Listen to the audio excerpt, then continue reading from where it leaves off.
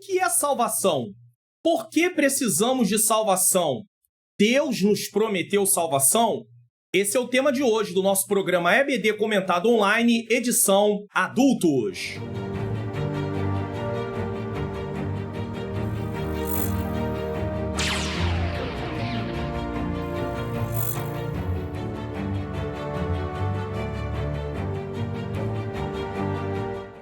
A paz do Senhor, sejam bem-vindos a mais um programa da EBD Comentado Online, edição Adultos. Eu sou o pastor Mário Luna, é com alegria e satisfação que eu recebo você aqui para mais esse programa. Se você está chegando pela primeira vez, você é muito bem-vindo, muito bem-vinda. Nesse momento, para iniciarmos o nosso programa, nós vamos fazer uma oração.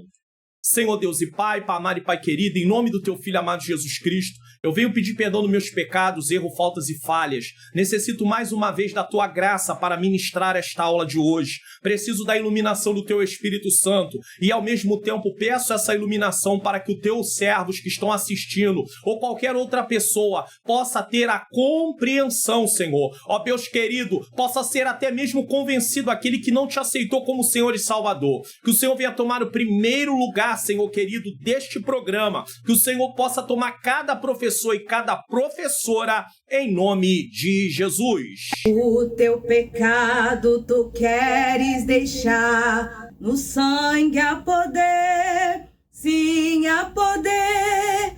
Queres do mal a vitória ganhar, seu sangue tem este poder. Há poder, sim, força e vigor neste sangue de Jesus. Há poder, sim, no bom Salvador. Ó, confia no Cristo da cruz. Queres de Cristo a mensagem levar, no sangue há poder, sim, há poder. Queres com os anjos na glória cantar, seu sangue tem este poder. Há poder, sim, força e vigor neste sangue de Jesus. Há poder, sim, no bom Salvador. Ó, confia no Cristo da cruz. Oh, glória a Deus! Uma boa aula para vocês e que Deus os abençoe em nome de Jesus. Mais uma vez aí uma participação da minha menina princesa, Ângela Manhãs Luna, no hino da harpa 491. Ela cantou 2 estrofes e o coro, tá bom? E Deus possa continuar abençoando a vida dela, porque ela tem contribuído aqui também com esta grande obra em nome de Jesus, minha esposa, tá? Louvado seja o nome santo do Senhor. Eu queria também aproveitar e fazer um lembrete para você. Se inscreva no canal, ative o sininho das notificações, deixe o seu like, faça seu comentário, divulgue o canal para pelo menos mais 3 pessoas. Então não deixe de fazer, tá? Se inscrever no canal, ativar o sininho das notificações, deixar o seu comentário. No final da aula eu vou deixar uma frase que vai resumir a lição de hoje e é importante que você fique até o final para você poder saber qual é a frase e poder colocar no comentário a frase. Você pode até comentar outras coisas, mas é importante você colocar também no comentário essa frase. Mas você só vai saber a frase se você chegar até o final, isso é óbvio. Então também compartilhe esse vídeo. Ajude a divulgar o canal, compartilhe esse vídeo aqui, tem um botão de compartilhar, envie para suas redes sociais, tá bom? E não deixe de dar o like, porque às vezes você assiste e não dá o like, então é importante você fazer isso. Antes de eu dar prosseguimento na aula, eu quero deixar aqui um testemunho em forma de vídeo, vindo lá de Ceilândia, Distrito Federal. Eu estive em São Sebastião, tá bom? Eu e a esposa, 3 dias estivemos ali, num congresso de escola bíblica dominical, e naquele lugar, uma família foi lá nos visitar para nos conhecer pessoalmente. Viajaram 50 quilômetros até chegar a São Sebastião, no Distrito Federal, e foi mais fácil, né, do que viajar para o Rio de Janeiro, nós íamos até lá. Então, eles tiveram essa oportunidade e essa bênção que vai aparecer aqui já me assiste. E olha o que ele disse por pai dele no dia 23, o dia que eu tô gravando essa aula, é no dia 23 de outubro de 2024. essa aula vai ao ar, essa aula vai ser ministrada, melhor dizendo, no dia 3 de novembro de 2024. Olha o que ele fez. Papai, Oi. você pode botar o Pato Nenhum na TV para a gente assistir? Que é o quê? Bota o Pato Nenhum na TV para eu bater e assistir.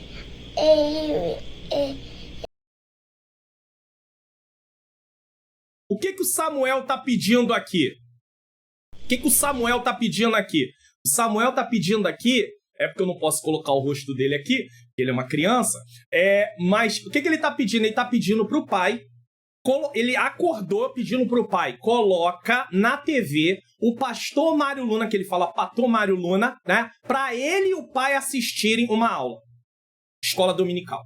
Enquanto muitos de nós não estamos nem aí para a escola bíblica dominical, não entendemos que ela serve para poder forjar o nosso caráter espiritual, a transformação de vida. Ela contribui para entendermos a palavra de Deus para que possamos praticá-la.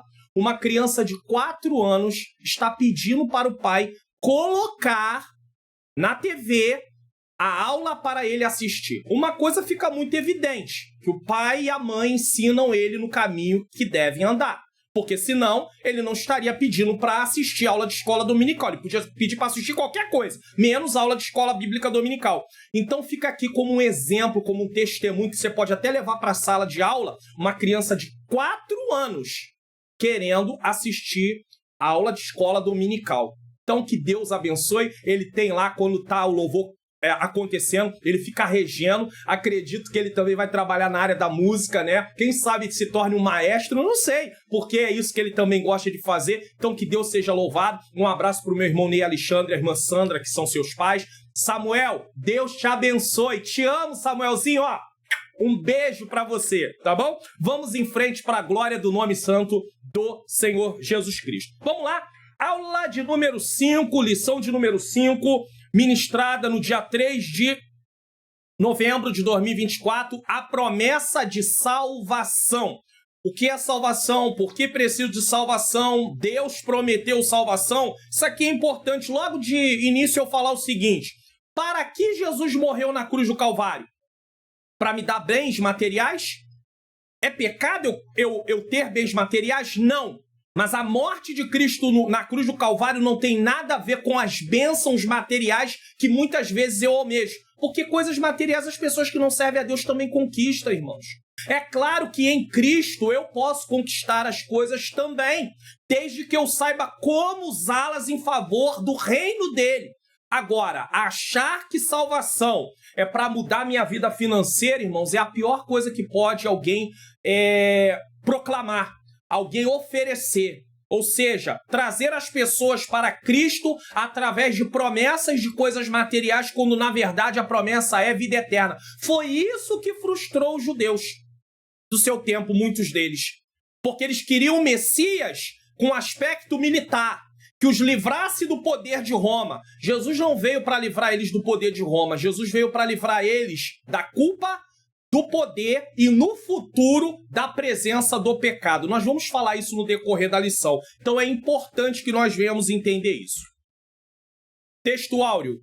Na verdade, vos digo que quem ouve a minha palavra e crê naquele que me enviou tem a vida eterna e não entrará em condenação, mas passou da morte para a vida. João 5:24. No decorrer da lição, esse texto também é mencionado. Verdade prática, a promessa da vida eterna é a maior bênção divina para todo aquele que crê em Jesus.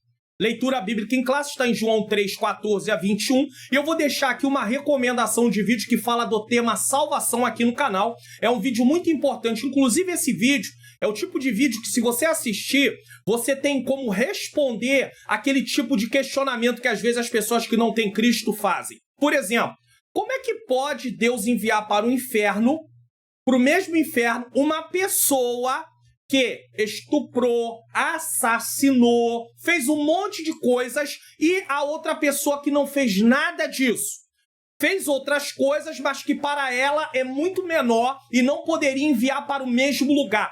esse vídeo vai responder também esse tipo de questionamento e você vai ter argumentação bíblica e no decorrer da aula eu vou provar para você por que isso acontece. Então é importante você assistir esse vídeo aqui, ó, aprendendo sobre a salvação em Jesus Cristo. Aqui é uma série chamada Bases da Fé, série discipulado, aonde tem alguns vídeos que servem para a questão até mesmo do discipulado. Aí você vai falar assim, pastor, eu tenho 10 anos de igreja, eu tenho 5 anos de igreja, eu tenho 4 anos de igreja, eu tenho 20 anos de igreja, eu não estou mais na classe de discipulado. Ei, você é discípulo até o final da sua vida, eu também. Pastor presidente, pastor vice-presidente, pastor auxiliar, presbítero, diácono, evangelista, missionário, missionária, obreiro, obreiras, todos são, e não obreiros, todos são discípulos. Então, todos nós somos alunos, todos nós somos aprendizes. Então, isso acaba. Tem o discipulado de integração, que é aquele tempo que a pessoa passa antes de passar pelas águas, mas depois o discipulado continua. Então, esse vídeo é importantíssimo. Palavra-chave, salvação no decorrer da lição vai ser explicada. Objetivos da lição são 3, a lição está dividida em 3 tópicos, está estruturada em 3 tópicos. Primeiro tópico é explicar biblicamente a promessa de salvação. Segundo tópico, mostrar a natureza da promessa da salvação. Terceiro tópico, refletir a respeito da importância da promessa da salvação e a perseverança nela. Aqui você está na EBD comentada, é uma aula completa, não é uma pré-aula. E quando eu digo que não é uma pré-aula, não é apenas uma explicação resumida. É isso que eu quero dizer com pré-aula. É uma aula completa, porque alguém que não pode ir na escola dominical, se ele puder assistir a lição aqui, caso ele tenha algum impedimento válido para não estar lá, ele teve aula de escola dominical. É claro que ele não vai se acomodar a ficar assistindo aula online. Ele deve comparecer presencialmente. Por isso eu digo que é uma aula completa, porque ela explica a lição do início até o final, baseado na revista, e eu faço comentários. Antes de eu começar aqui na introdução, deixa eu fazer uma explicação, porque teve uma pessoa que me fez uma pergunta aqui no canal no comentário, e eu sei que às vezes essa é a dúvida de muitas outras pessoas, então eu vou fazer uma explicação aqui rapidamente. Alguém perguntou assim pra mim, pastor, o senhor só dá aula de escola dominical ou o senhor prega? Aqui no canal não tem só aula de escola dominical, tem o Entendes Tu Que Lês, que é eu ler o texto, explicar o texto e aplicar o texto. Tem a teologia e a vida cristã. Então eu não dou só aula de escola dominical, eu prego, sou convidado para pregar também. Então se você tem vontade de nos convidar, a esposa louva, você tá vendo aí no início da abertura das aulas, ela louvando também, então ela está contribuindo não para que você saiba que ela louva, mas sim porque o Senhor tem nos dado uma orientação em relação a colocar ela para louvar, deixar ela atuar no ministério que Deus chamou ela. Então ela louva, eu prego, eu ensino, não só escola dominical, palestras, congressos, aulas de teologia, treinamentos, mentorias, aconselhamento. Então, só para você entender, porque às vezes as pessoas pensam que eu só dou aula de escola dominical. Conhece o pastor Mário só como aquele que dá aula de escola dominical. Não, senhor. Eu comecei pregando a palavra do Senhor.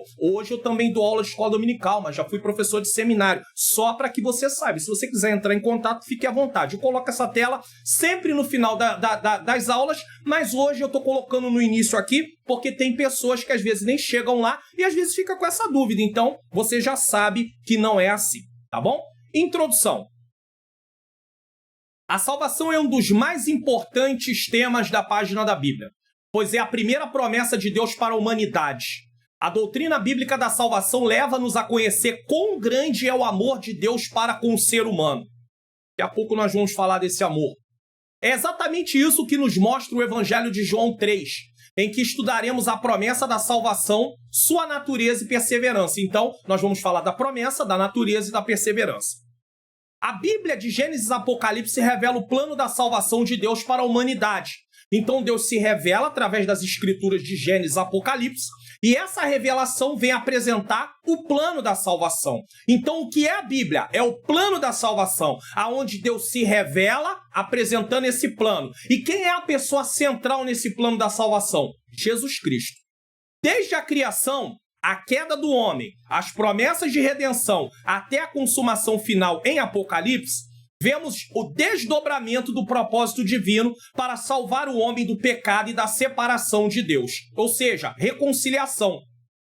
Porque quando Cristo vem, ser oferecido em sacrifício para pagar a nossa dívida, na verdade, ele está nos dando salvação e reconciliação. Por isso que está aqui a separação de Deus.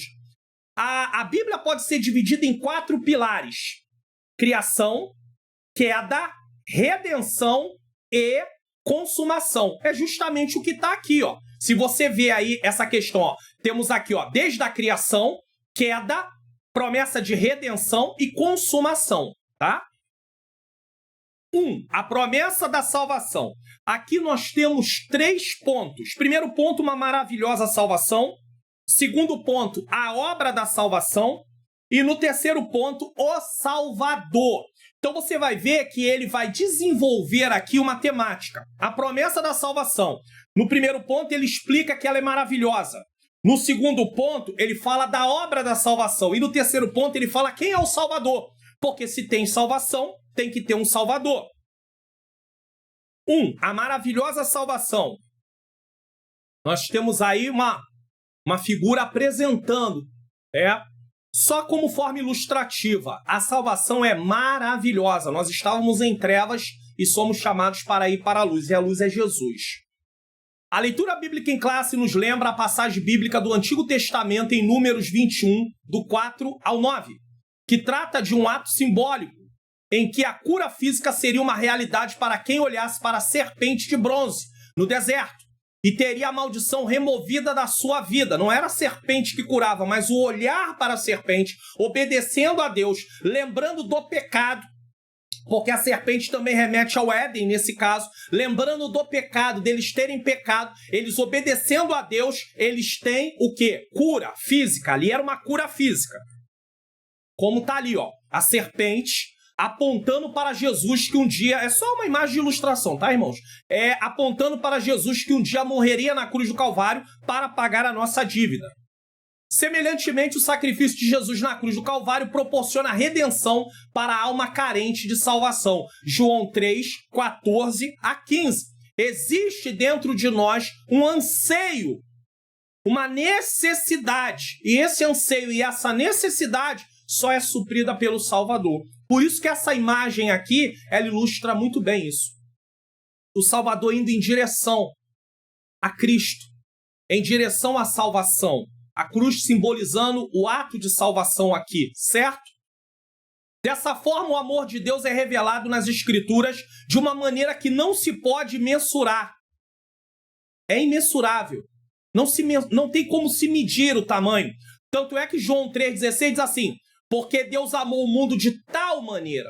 Você consegue medir o tal maneira? Não há na nossa língua, nem em outros idiomas, nada que possa descrever o tamanho do amor de Deus.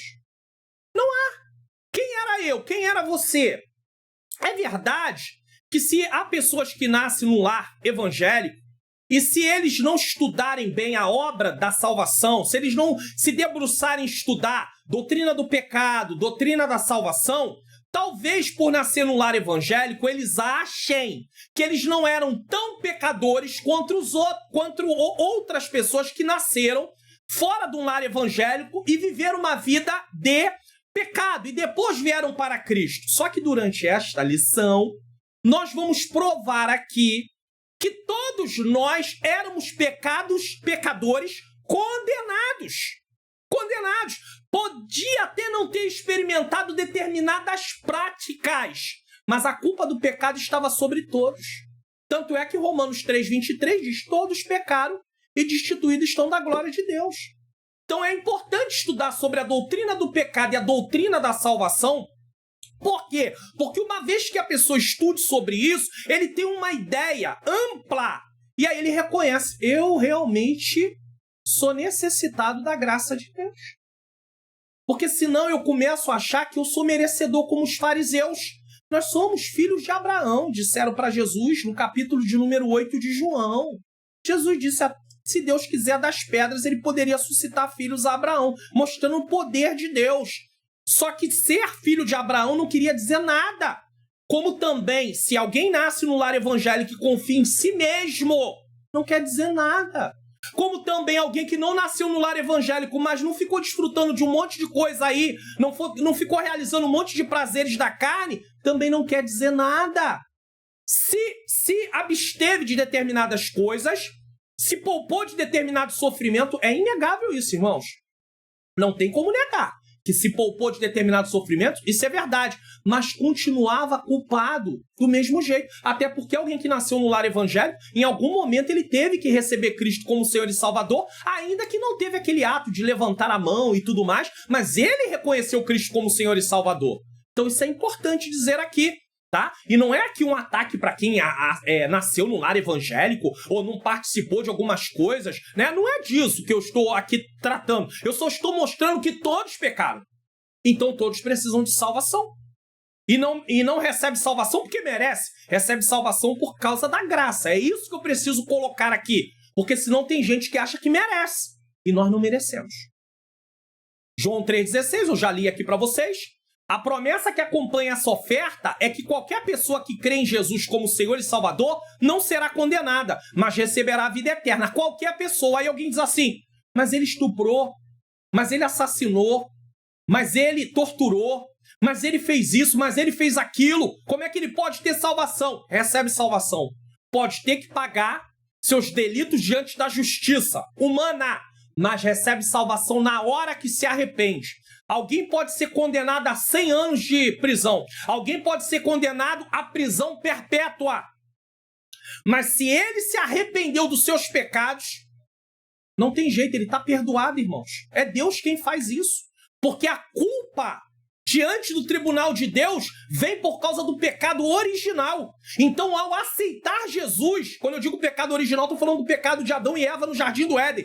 E nós somos descendentes deles, então por isso nós temos o pecado em nossa natureza. Adão gerou descendentes segundo a sua própria vida, segundo a sua própria natureza. Então o pecado passou. E a prova do pecado ter passado é que todos morrem. Se o pecado fosse só de Adão e Eva, o filho de Adão não morreria, Abel não morreria, Caim não morreria, os outros filhos não morreriam, mas todos passaram a ser mortais. Então a prova que o pecado passou para toda a humanidade é a morte. Não tem como contestar isso. Se todos morrem, todos são pecadores. Isso é importante dizer aqui.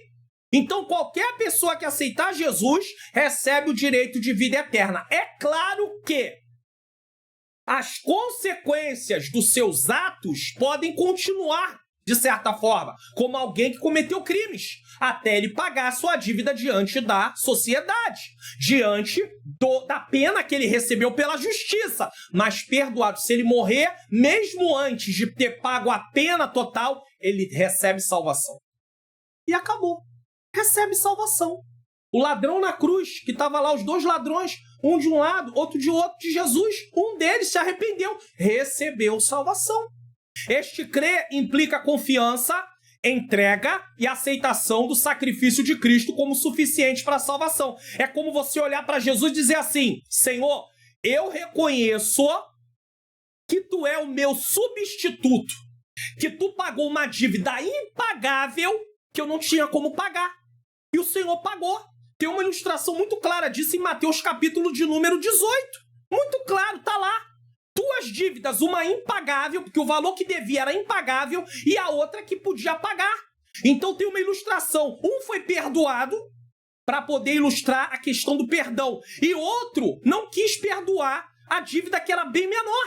Então a dívida do primeiro era impagável. É eu e você diante do tribunal de Deus. Nossa dívida era impagável. Quem pagou por nós? Jesus. A oferta de salvação é para todos, mas o efeito do que Jesus fez na cruz é só para quem aceitar ele como único e suficiente Salvador e viver em uma vida de obediência. Ah, mas por que eu tenho que viver uma vida de obediência? Porque uma vez que o Senhor nos salvou, agora nós temos uma nova vida, e eu vou falar disso daqui a pouco, e por isso vivemos uma vida de obediência. O versículo então destaca, João 3,16, tanto a imensidão do amor de Deus, quanto a simplicidade do caminho para a salvação, a fé em Jesus. Aí a pessoa pensa assim, não, mas eu não estou fazendo, eu preciso fazer alguma coisa. Por quê? Porque a pessoa quer se achar, ela precisa sentir-se merecedora. Então, quando se fala que a salvação, para receber salvação, é ter fé, para muitas pessoas isso é uma coisa, é um absurdo. Elas querem uma salvação onde elas mereçam, para elas poderem dizer para Deus, olha só, tu me deu salvação, mas eu mereci, porque eu fiz isso. É por isso que se engana pessoas que às vezes dizem assim, Senhor, tu tem que fazer, porque eu oro, porque eu jejuo, porque eu leio Bíblia, que eu vou pra monte, ou não vai, tá? Aqui é uma questão pessoal da pessoa, porque eu faço isso, porque eu tô direto no templo. Ei, só fazemos isso por causa da graça que está sobre nós, que nos deu condição de receber Cristo como Senhor e Salvador. A graça é uma porta. Deixa eu falar uma coisa aqui pra vocês. Pensa numa porta trancada. Você quer passar, mas não pode. A graça é essa porta, esse acesso, que é Cristo, tá? A manifestação da graça é Cristo Jesus. Essa porta se abriu. E aí eu posso ter a atitude de querer ou não passar pela porta. Só que a graça me proporciona esse direito, essa questão de poder passar. É um direito adquirido, não é um direito merecido. Uma coisa é algo que eu adquiro porque alguém me deu. Outra coisa é porque eu mereço. Então eu recebo salvação porque Cristo me dá a condição de ser salvo. Deus, através de Cristo, me dá essa condição. Aí eu tenho essa condição. Mas é uma condição que eu adquiri por intermédio de outra pessoa. Alguém fez para que eu pudesse entrar. Então a graça me dá a condição de receber. Mas eu também posso dizer que eu não quero. Então a graça não me obriga. Mas ela me possibilita a receber salvação. Certo? E aí, pela fé, eu tomo posse da salvação em Cristo. Essa preciosa promessa traz duas realidades. Primeira realidade, a de que quem crê não será condenado. Paulo confirma isso em Romanos 8:1. Nenhuma condenação há para os que estão em Cristo Jesus. Nenhuma condenação há. Então tá aqui, ó. A de que quem crê não será condenado. Mas também tem uma outra realidade. Calma aí, ó. Aqueles que colocam sua fé em Jesus Cristo, reconhecendo como Senhor e Salvador, tem a promessa de que não enfrentarão a condenação eterna. Eles passam da morte para a vida e são justificados diante de Deus. João 5:24, que é o texto que nós já lemos no início. Então, se você crê, você não é condenado. Nós nascemos já condenados. Todo ser humano nasce condenado.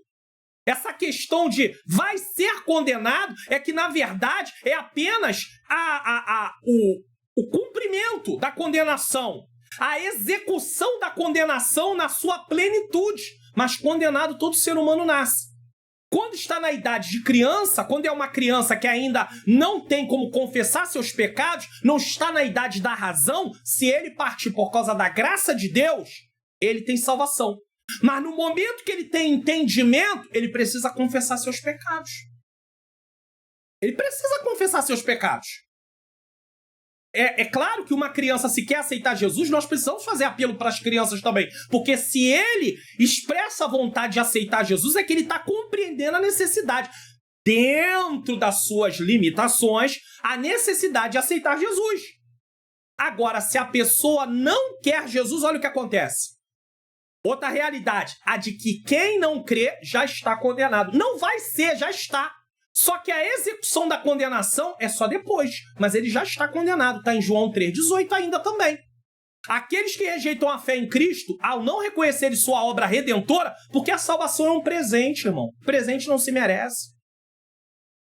Nós recebemos a salvação como um presente. Porque se é uma coisa que alguém recebe porque merece, então não é bem um presente.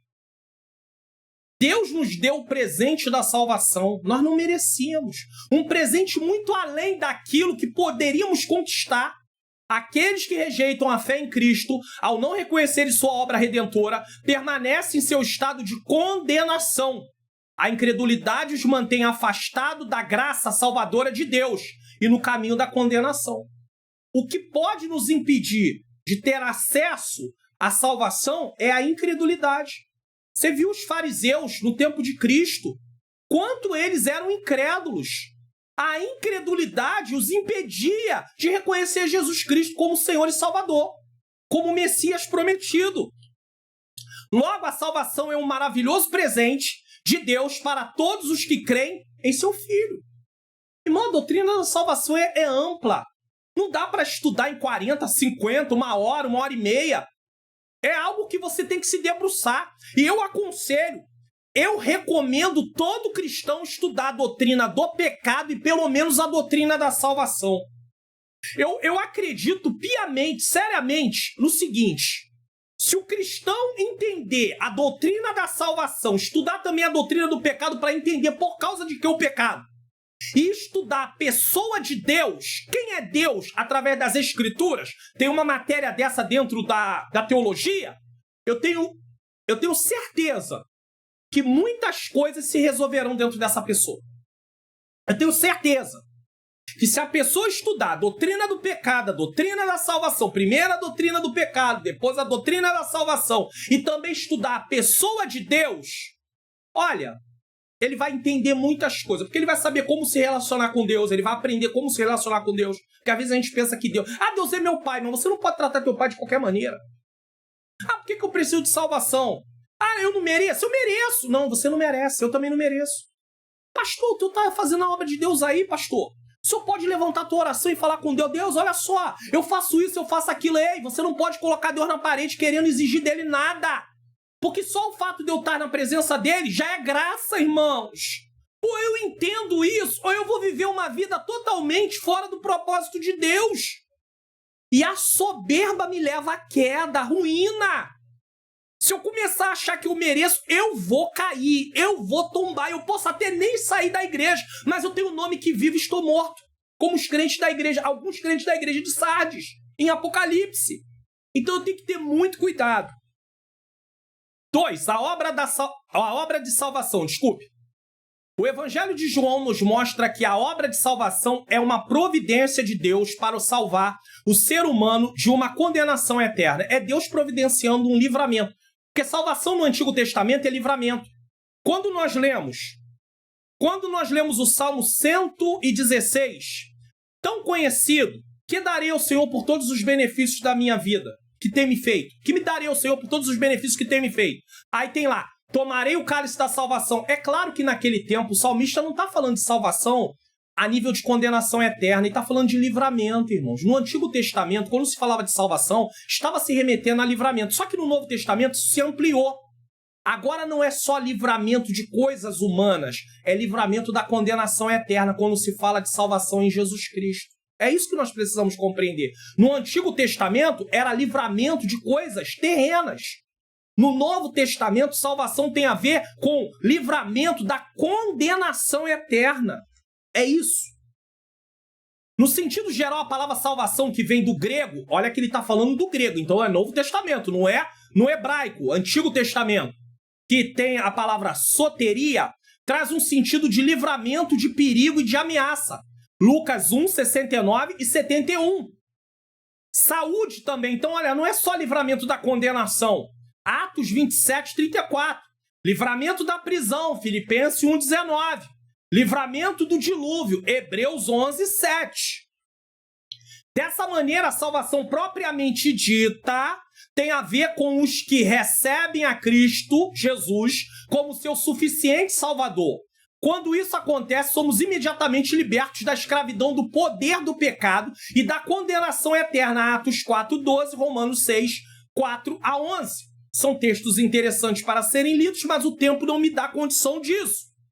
Só que João 8,32, para complementar, diz: e conhecereis a verdade, e a verdade vos libertará. Nesse versículo, Jesus está falando sobre a libertação espiritual, até porque está escrito aqui: somos imediatamente libertos da escravidão do poder do pecado. E é disso que Jesus está falando.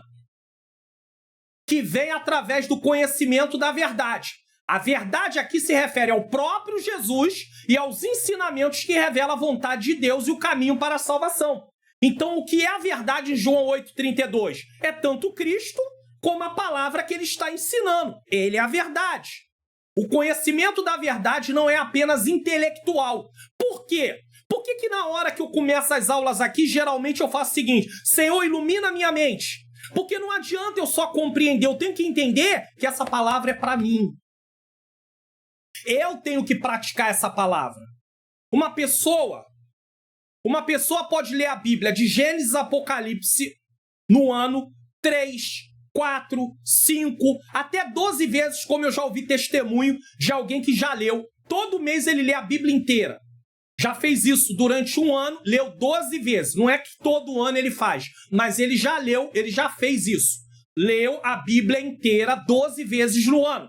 A pessoa pode até fazer isso, mas no momento que ela não entender e só ler a Bíblia, não vai fazer ele compreender isso se ele não tiver o entendimento que ele precisa ler para praticar. E aí tem textos na Bíblia que falam sobre isso, ele tem que perceber isso.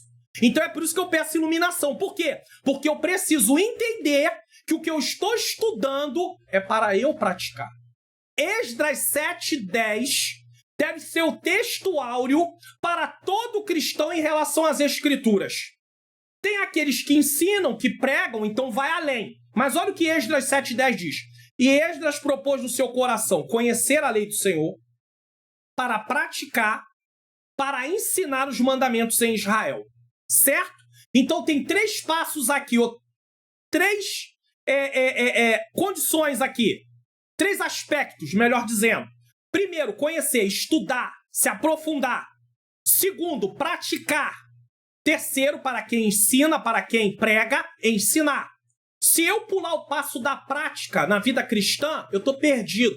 Posso ser professor, posso não ser professor, posso ser pregador, posso não ser pregador. Não importa. Eu preciso aprender para praticar. Jesus deixa isso muito claro quando ele fala dos 2 fundamentos. O homem que ouviu e praticou, casa na rocha. O homem que ouviu e não praticou, casa na areia. Eu posso estudar, tá aqui o tempo todo aprendendo. E, irmão, eu tô sempre na escola dominical, eu tô sempre no culto da palavra, eu tô sempre no culto de doutrina. Tá, e a prática? Mas aí muitas vezes eu tô lá, isso aí foi pra fulano, isso aí é pra minha esposa, isso aí é pro meu marido, meu filho precisa disso. É mesmo? Deus não fala com gente ausente não, irmãos. Deus só fala com gente presente. Por favor, vamos aprender isso. Deus está falando com você, comigo. Essa aula hoje aqui é para você, é para mim. Certo? 3. O Salvador. Uma vez que entendemos a maravilhosa salvação e a obra de salvação, agora quem é aquele que salva? A obra da salvação tem como base a entrega do Filho de Deus como aquele que pagou o preço do pecado. Ele não fez isso obrigado, não. Ele fez isso voluntariamente. Deus entregou seu Filho. Ele quis obedecer. Ele fez voluntariamente, uma entrega voluntária. Não poderia se oferecer um sacrifício forçado. Tinha que ser algo voluntário. Não adianta eu ir para o culto no templo forçado. Não adianta eu fazer jejum forçado. Não adianta eu fazer coisas na obra de Deus forçado. Deus não recebe isso. Eu preciso fazer isso com o meu coração aberto, uma entrega voluntária. Mas isso não quer dizer que só porque não é para fazer forçado, então alguém diz assim, então é por isso que eu não tenho que fazer. Não, é por isso que Jesus precisa transformar meu coração, e você precisa orar, e eu preciso orar pedindo, Senhor, me transforma. Tira de mim essa negação, eu quero me entregar por completo. Por isso que Paulo diz em Romanos 12:1, rogo-vos, pois, irmãos, pela compaixão de Deus, que apresentei os vossos corpos como sacrifício vivo, puro e santo e agradável a Deus, que é o vosso culto racional. Uma entrega total. Uma entrega total. 24 horas por dia, 7 dias na semana, uma entrega no mês inteiro, uma entrega durante o ano todo e até a volta de Jesus.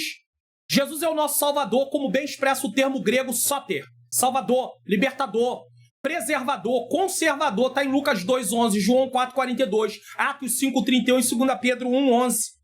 Jesus sendo sem pecado, Jesus se assemelhou a nós em tudo, menos ter pecado. Na igreja no qual eu congrego, a revista nossa não é da CPAD, tá? Antes eu congregava numa igreja que era da CPAD. Hoje a igreja que eu congrego a revista não é da CPAD, é da Central Gospel. E essa lição desse trimestre está tratando de Cristo, Cristologia. Que coisa maravilhosa. Ontem mesmo, dia 22 de outubro de 2024, é claro que eu dou a data, porque senão você pensa que o ontem é o ontem seu, não, é o ontem meu. Então você vai sempre me ver dando data precisa, dia, mês e ano. Nós estudamos sobre a pessoa humana de Jesus. Jesus com 2 naturezas, divina e humana. Estudamos sobre a pessoa humana de Jesus. Na próxima lição, sobre a pessoa divina de Jesus. É um mistério para nós? Como pôde unir em uma só pessoa a natureza humana e divina? Mas nós cremos pela fé. Então Jesus, sem pecado, carregou na cruz a penalidade que nos merecíamos devido ao nosso pecado. Ele foi o sacrifício perfeito, porque não tinha pecado. Assumindo voluntariamente, tá aqui, ó, voluntariamente. Não faça nada para Deus, obrigado. A culpa e o castigo que deveriam ser nossos. Ou seja, Jesus é o nosso quê? Substituto. Como é que eu vou explicar uma coisa dessa aqui apenas numa lição de escola bíblica dominical, irmãos? Eu tenho que incentivar vocês que estão assistindo, principalmente quem são professores, para incentivar seus alunos a estudar a doutrina do pecado, a doutrina da salvação, a doutrina sobre Deus, cristologia também que tem na teologia. Por quê? Porque isso vai abrir o entendimento nosso. Estudar teologia. Vou até colocar a tela maior. Estudar teologia vai me fazer carnal. Vai te fazer carnal se você já tiver uma propensão de ser carnal. Por quê? Porque, na verdade, estudar teologia não faz ninguém se ficar carnal. Sabe por que ele fica carnal? Porque ele já era carnal. Ele não estudou para praticar. Ele estudou para se engrandecer. É diferente, irmãos. Já é o propósito. Ele já começa com um propósito errado. Eu quero saber para mim poder saber mais do que todo mundo. Para me mostrar que eu sei. Não. Sabe como é que você mostra que sabe? E eu? Praticando. E quando você pratica, é impossível você ser soberbo ou orgulhoso. Como é que eu mostro que eu sei sobre a Bíblia? Praticando. Não é falando, é praticando. Eu ensino através do que eu faço também. É o que Jesus fazia, era o que Paulo fazia, é o que Pedro fazia, é o que outros apóstolos fizeram, é o que outras pessoas durante toda a era, né, depois da igreja primitiva, continuaram a fazer, em todas as eras, depois da morte de Jesus Cristo. E o que eu e você devemos fazer. Ele foi o sacrifício perfeito, assumindo voluntariamente a culpa e o castigo que deveriam ser nossos. Como 2 Coríntios 5:21 afirma, aquele que não conheceu o pecado, o fez pecado por nós, ou seja, levou a culpa do pecado. Levou sobre si tudo aquilo que tinha a ver conosco, não com ele, para que nós fôssemos feitos justiça de Deus.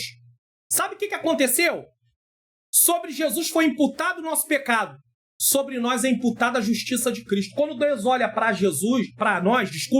quando Deus olha para nós, é por isso que, deixa eu abrir um parênteses, é por isso que Jesus fala na cruz, Eloi, Eloi, lama sabachthani. Deus meu, por que me desamparaste? Porque naquele momento, Jesus como homem, percebeu, sentiu todo o peso de separação, temporariamente, como homem, temporariamente de Deus, porque os nossos pecados fazem separação entre nós e o nosso Deus. Por isso que aconteceu isso. Jesus fala, Eloi, Eloi, lama sabachthani. Só que vai além. Jesus morre, cumpre, está consumado, paga a nossa dívida, só que só tem valor o pagamento para quem reconhecer ele como o Salvador e Senhor. E agora, todos que aceitam Jesus, sobre ele foi imputado o nosso pecado. Agora, sobre nós que nos unimos a ele, é imputada a sua justiça. Aí Deus do céu, quando olha para você, ele vê o sangue de Jesus Cristo. Ele vê o sacrifício. E aí não tem mais culpa sobre mim e sobre você. Por quê? Porque o sangue de Jesus nos purificou de todo o pecado. Irmão, isso é lindo. Se tem uma doutrina que eu amo, é a doutrina da salvação. A doutrina da salvação fala muito comigo. Quando você vai estudar teologia, quem tem essa oportunidade de estudar teologia, entenda isso, tá? Eu vou até deixar o curso da Faculdade Vitória em Cristo, da Assembleia de Deus Vitória em Cristo, Faculdade Vitória em Cristo. Eu fiz esse curso livre também. Eu vou até deixar o link, tá? Nos comentários afixados e na descrição. Já que eu estou falando tanto de teologia, me veio aqui, eu vou até fazer isso. Quando você estuda teologia, o que acontece? Você vai ter afinidade com algumas matérias. E muitas vezes é ali que você vai se descobrir no sentido do que você mais te chama mais atenção. E é nessa matéria que você vai crescer mais. Só que, de forma geral, eu sempre digo, Estuda a doutrina do pecado, a doutrina da salvação, a pessoa de Deus, a pessoa de Cristo. É importante, a pessoa do Espírito Santo, já que somos pentecostais. Não é porque é pentecostal, se não fosse também deveria. Mas só para você entender. Por causa desse ato de substituição, substituto, ele se tornou nosso Salvador, pois pagou a dívida que tínhamos como Deus. Por isso que Jesus é Salvador. E eu não vou engrandecer, e eu não vou exaltar, e eu não vou reconhecer, e eu não vou amá-lo por tudo que ele fez, e por tudo de quem ele é, por quem ele é, melhor dizendo. Com sua morte e ressurreição, Jesus adquiriu o direito legal sobre a vida de todos, os que creem e reconhecem como Salvador. Nós éramos escravos, condenados. Pensa, a ideia aqui é de um escravo na naquele tempo, sendo vendido. Então ele tinha um dono. Quem era o nosso dono? Quem tinha poder sobre nós? O pecado. Era um senhor sobre a nossa vida, inclinado para ele. Nada que fizéssemos, humanamente falando, nos livraria da culpa diante do tribunal de Deus, porque as obras não podiam nos salvar e não podem nos salvar. Aí vem Jesus, morre na cruz do Calvário, se oferece como um substituto para nos reconciliar com Deus, porque quando Adão e Eva pecaram no jardim do Éden, eles ficaram agora sendo inimigos de Deus por causa daquilo que eles fizeram. A desobediência os tornaram inimigos de Deus. Agora vem Jesus. Aí, ele, através do seu sangue, pagou a nossa dívida. Quando eu aceito Jesus, ele me compra de ser escravo do pecado para ser servo voluntário dele. Só que no original, eu sou escravo também, só que é um escravo voluntário. Um escravo que serve por amor. Aquele escravo do Antigo Testamento que quando chegava o momento da libertação, ele dizia, não quero, eu vou continuar servindo aqui o meu Senhor. Aí a sua orelha era furada. Irmãos, eu me emociono aqui em falar sobre isso, sabe por quê? Porque nenhum de nós merecíamos. Então nós temos que servir a Deus por amor. Aí nos tornamos um escravo voluntário. Por isso que ele não é só Salvador, ele também é Senhor. Porque ele se tornou o quê? Dono da nossa vida. E como é que eu, depois que estou em Cristo, vou dizer, eu faço o que eu quiser, eu vivo como eu quiser, do meu jeito. Então você não é servo de Jesus, eu não sou. Jesus não é Senhor da minha vida, eu só quero salvação, eu não quero Jesus como Senhor. Só que não dá para separar Jesus, Salvador, de Senhor. Ou você tem Jesus como Salvador e Senhor, ou você não tem ninguém. Ou eu tenho Jesus como Salvador, Senhor, ou eu não tenho ninguém. Ele oferece não apenas perdão dos pecados, mas também reconciliação com Deus, garantindo vida eterna àqueles que aceitam sua salvação. Romanos 5, 8 a 10. Leia, é importante. Assim sendo, o Evangelho de João nos revela que todo ser humano foi corrompido pelo pecado e por isso precisa de um Salvador. Só que automaticamente, ao receber ele como Salvador, nós também estamos recebendo ele como Senhor, porque ele nos compra. Então nós passamos a ser propriedade dele. Esse Salvador revelado em João 3, 16 e 17 nos garante a gloriosa promessa de salvação. É por isso que nós estamos estudando. Promessa de salvação. Todo aquele que nele crê não pereça, mas tenha vida eterna. Mas quem não crê nele vai perecer, porque está condenado. Quem se arrepende, crê e permanece em Jesus, jamais perecerá eternamente. Desculpe. Jamais. Então nós temos essa promessa. Vamos temer por quê? Sinopse do tópico 1. A salvação é um precioso presente de Deus para todos os que creem em seu Filho. A salvação é um presente de Deus. Mas para receber esse presente, eu preciso crer em Jesus. Se eu não crer em Jesus, eu não tenho salvação. Entenda isso. Pastor, eu queria me aprofundar mais sobre isso. Eu queria entender melhor sobre a palavra de Deus. Eu estudo a Bíblia e não tenho muita compreensão. Então eu tenho algo para poder mostrar para você que pode te ajudar. Curso online. Como facilitar meu estudo da Bíblia. A paz do Senhor. Sejam bem-vindos ao curso online Como facilitar meu estudo da Bíblia. Você está prestes a mergulhar em um curso online exclusivo que vai transformar sua compreensão das Escrituras Sagradas. Imagine entender os textos, os contextos históricos e os ensinamentos que a Bíblia trata por meio de etapas no estudo bíblico e métodos de estudo. Mas atenção, essa oportunidade é limitada. Clique agora mesmo no link da descrição e garanta sua vaga nesse curso que vai enriquecer sua vida espiritual. Aguardamos você lá. Então você tem uma grande oportunidade para facilitar o seu estudo da Bíblia, para você saber o que você vai estudar. Se você quer aprender mais sobre um personagem, se você quer aprender mais sobre um tema, se você quer aprender mais sobre como resumir o texto, se você quer aprender sobre uma doutrina, eu te dou todo o passo a passo. O valor do investimento, porque o investimento, irmãos, é menor do que o valor de lanches aí, determinados lanches que a gente vai na lanchonete lanchar. Então o link está na descrição ou no comentário afixado.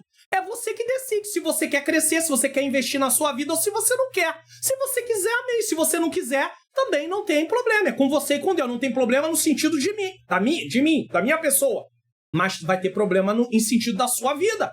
Ah, pastor, eu não tenho recurso. Eu entendo. Vai orando, pede ao Senhor. Se é em favor da obra dele, eu creio no Deus que vai abrir porta. E o valor, irmãos, é um valor, assim, realmente um pequeno valor.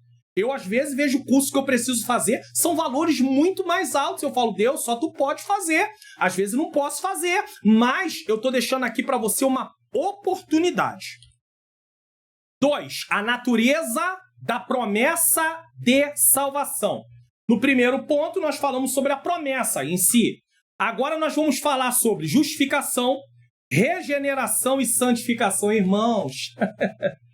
Só cada ponto aqui já daria quase uma aula, se a gente for esmiuçar isso. Então é por isso que a aula, às vezes, que eu quero que você entenda o seguinte, aqui a aula passa. Você talvez olhe para o tempo aí, pastor, agora que a gente está entrando no segundo ponto, sim. Mas aqui é para você aprender um pouco além. Quando eu dou aula presencial, quando eu dava aula presencial desse, né? Aliás, quando eu dou, né? Porque tem gente que me convida, né? Na minha igreja a lição é outra. Mas quando eu dou aula presencial, mesmo que aqui dê 1h20, 1h30, eu consigo dar aula em 45 minutos, 40, sem nenhum problema. Então isso não é desculpa não, porque eu consigo, você também vai conseguir. E eu vou usar o mesmo resumo que eu tô aqui usando, só que eu sei aonde eu vou pontuar mais, aonde eu já não dá para pontuar, por causa do tempo que eu tenho. Então vamos em frente. Podemos compreender a natureza da promessa da salvação estudando alguns aspectos salvíficos dessa grande obra. Então nós vamos falar de algumas questões que estão dentro da doutrina da salvação, que tem a ver com regeneração, justificação, regeneração e também a questão da santificação. A ideia aqui não é colocar em ordem, é apenas mostrar o que acontece dentro do aspecto de estudar salvação, os fatos que acontecem ao aceitar Jesus. 1. Justificação. Não está em ordem de prioridade. Está apenas para mostrar o que é. Ato de declarar justo, definindo o que é justificação. Processo judicial que se dá junto ao tribunal de Deus, através do qual o pecador que aceita a Cristo é declarado justo. Romanos 5:1. Está lá a base bíblica. Deus olha para nós, é justo, justificado. Tá? Justo nesse sentido. A justificação nos livrou da culpa do pecado. Isso tem a ver com o passado, porque nós já nascemos culpados. Então tem a ver com o passado. Justificação. A justificação nos livrou, passado, da culpa do pecado. Não somos mais culpados. Por isso que diz, nenhuma condenação há para os que estão em Cristo Jesus. Um dos aspectos da obra salvífica que está apresentado em termos bíblicos é a justificação. Quem é alcançado pelo Evangelho de Cristo e crê no Filho de Deus, com todo o seu coração, e coração aqui envolve mente, emoções e vontade. Deixar isso bem claro aqui, tá? Já mencionei isso na aula anterior também. Evangelho de Cristo e crê no Filho de Deus com todo o seu coração é declarado justo. Não justo por si mesmo. Declaração é uma coisa, declarado. É imputada a justiça de Cristo. Não é merecido. É algo adquirido que Deus dá. Declarado justo, isto é, livre da culpa e do merecimento da punição divina. Ele não é mais condenado, está declaradamente absolvido. É um salvo. Entenda, Deus troca a nossa posição diante do seu tribunal. Salvo, não é mais condenado. Salvo, não é mais condenado. Então você é um salvo. Primeiro, a justificação. Você é declarado um salvo, um pecador arrependido. É um salvo. Por intermédio da justificação, o pecador é visto por Deus como se não houvesse praticado transgressão alguma. Isso aqui é lindo, irmãos. E aí eu vou mostrar isso ilustradamente. Preste atenção nisso aqui. Eu coloquei aqui, eu poderia colocar duas imagens, né? Um bonequinho na cor escura e aqui na cor clara, mas como nós estamos vivendo um tempo que tudo remete a racismo, né? Hoje você não pode usar alguns termos porque é uma palavra errada. Então eu preferi colocar folhas para ilustrar. Você pode usar até uma ilustração lá na sala, se você, é claro, não está dando aula com slides como está aqui, e é outra coisa que você também pode fazer, contratar o pacote de slides, você vai estar abençoando, semeando no meu ministério e ao mesmo tempo beneficiando a classe, e aí você sabe que o pacote de slides está aí fornecido para você, igualzinho está aí, o link está na descrição, então eu preferi colocar folha. De um lado, antes de Cristo. Essa cor preta é para mostrar a culpa do pecado. Isso não quer dizer que as coisas pretas têm a ver, né, com trevas, com inferno. Senão a capa da Bíblia não era preta. Irmão, é umas coisas... Deixa isso pra lá. Não vou nem entrar nisso, porque senão eu vou tomar tempo da aula desnecessariamente. Mas enfim, a cor preta aqui é apenas para ilustrar a culpa do pecado. Pecador culpado. A justificação, quando eu aceito Jesus, olha como é que fica a minha vida. Em Cristo, pecador perdoado. É como se eu nunca tivesse transgredido. A transgressão de Adão é removida através do que Cristo fez. Justificação. Só que eu ainda continuo com a natureza pecaminosa. E aí você vai entender melhor isso. Em Cristo, tá vendo esses riscos aí? Quando pecamos, são esses riscos. Então, em Cristo, existe uma coisa chamada santificação também, que nós já vamos estudar, já vamos falar sobre isso. Eu preciso, é um processo. Então, eu peco, peço perdão, e aí eu volto novamente a estar livre. Por quê? Porque eu estou sem culpa do pecado. Quando é que a culpa do pecado voltaria? E aí tem 1 João 1,9, 1 João 2,1 como base bíblica. Quando é que a culpa do pecado voltaria? Quando o pecado se transforma em prática. Agora, se eu peco, mas aquilo não é prática, e eu não faço isso intencionalmente, eu não estou mais condenado, irmãos. Tá aí, ó. Quando pedimos perdão, voltamos novamente. Estamos sem culpa. Pecamos, mas não somos mais culpados. Veja que a folha não ficou preta de novo. Pastor, mas essa folha pode vir a ficar preta? Pode. Só que você vai ver isso lá na frente. É importante entendermos isso, pois nesse ato Deus trocou nossa posição de culpados e condenados para perdoados e salvos em Jesus Cristo. Uma vez que somos salvos, precisamos viver de acordo com a nossa nova posição em Cristo. 2 Coríntios 5,17. Se alguém está em Cristo, nova criatura é. As velhas coisas passaram e tudo se fez novo. Portanto, não faço para ser salvo. É aqui que é o grande problema. Tem um monte de cristão na igreja que acha que vai para culto para ser salvo. Ele acha que faz tudo na obra de Deus. Ele estuda a Bíblia para ser salvo. Ele ora para... Não! Primeiro, Deus já nos deu salvação, direito de salvação. É diferente. Olha aqui, ó. Portanto, não faço para ser salvo, mas faço porque já sou salvo.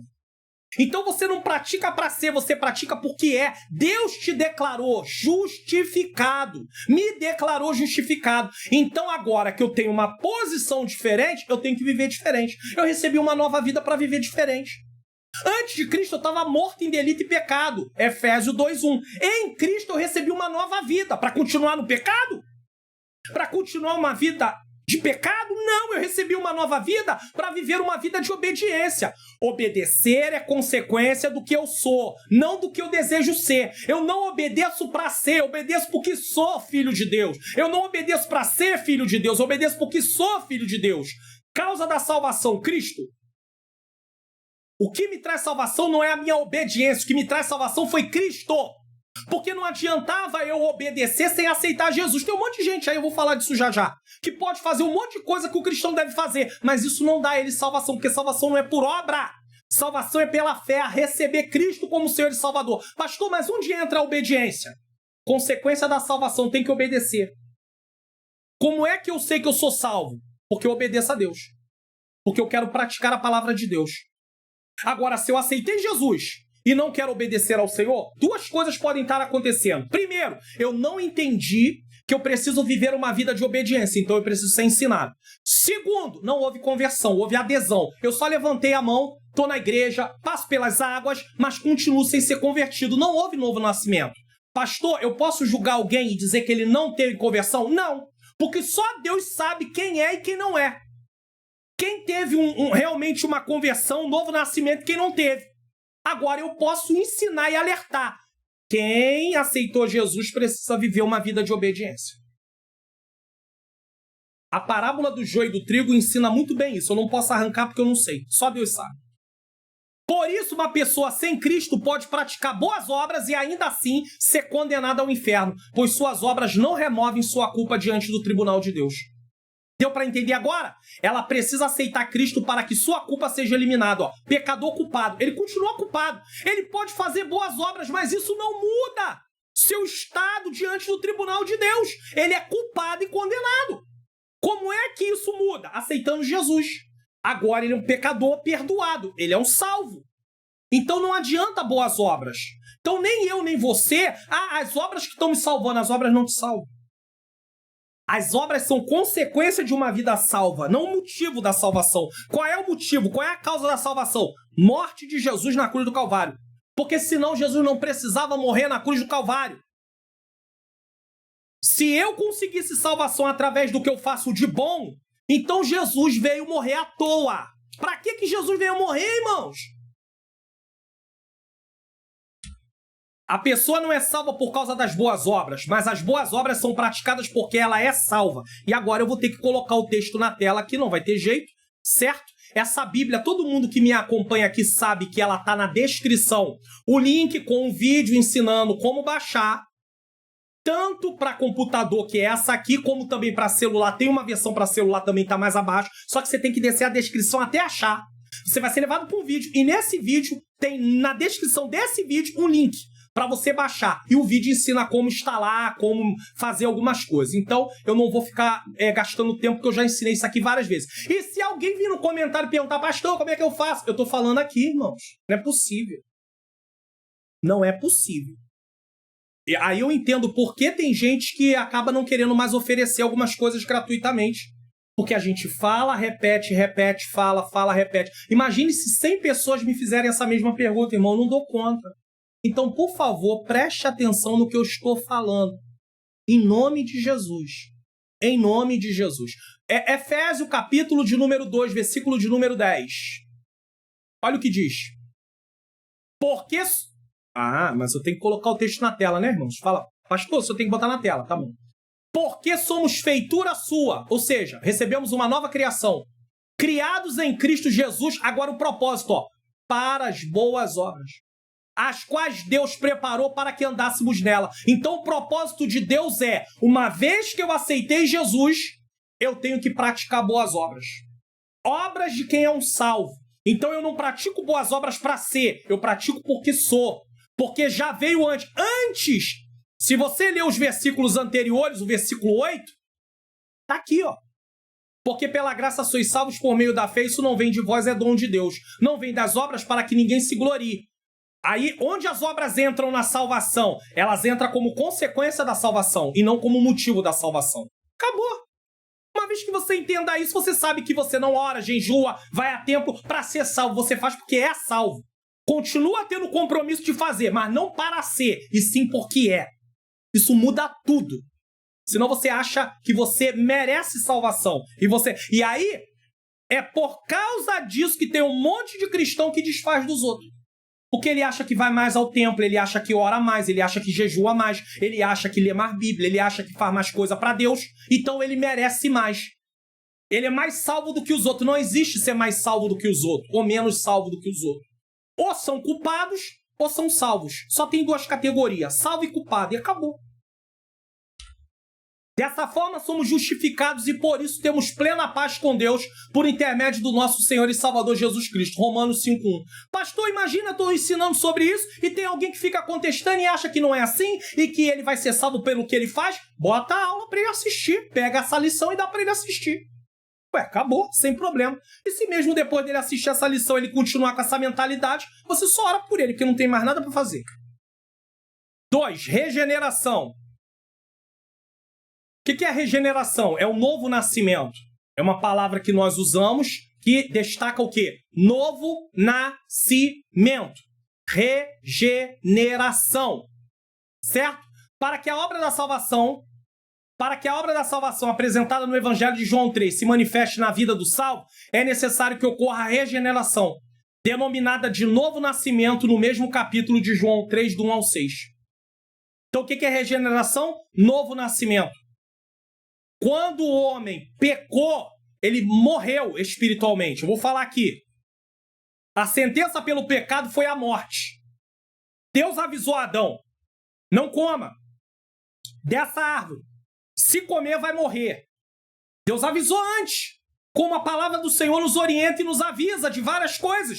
Se nós fazemos porque queremos fazer, em desobediência. E toda desobediência tem consequência. Aqui a consequência é uma consequência eterna. Vamos ver.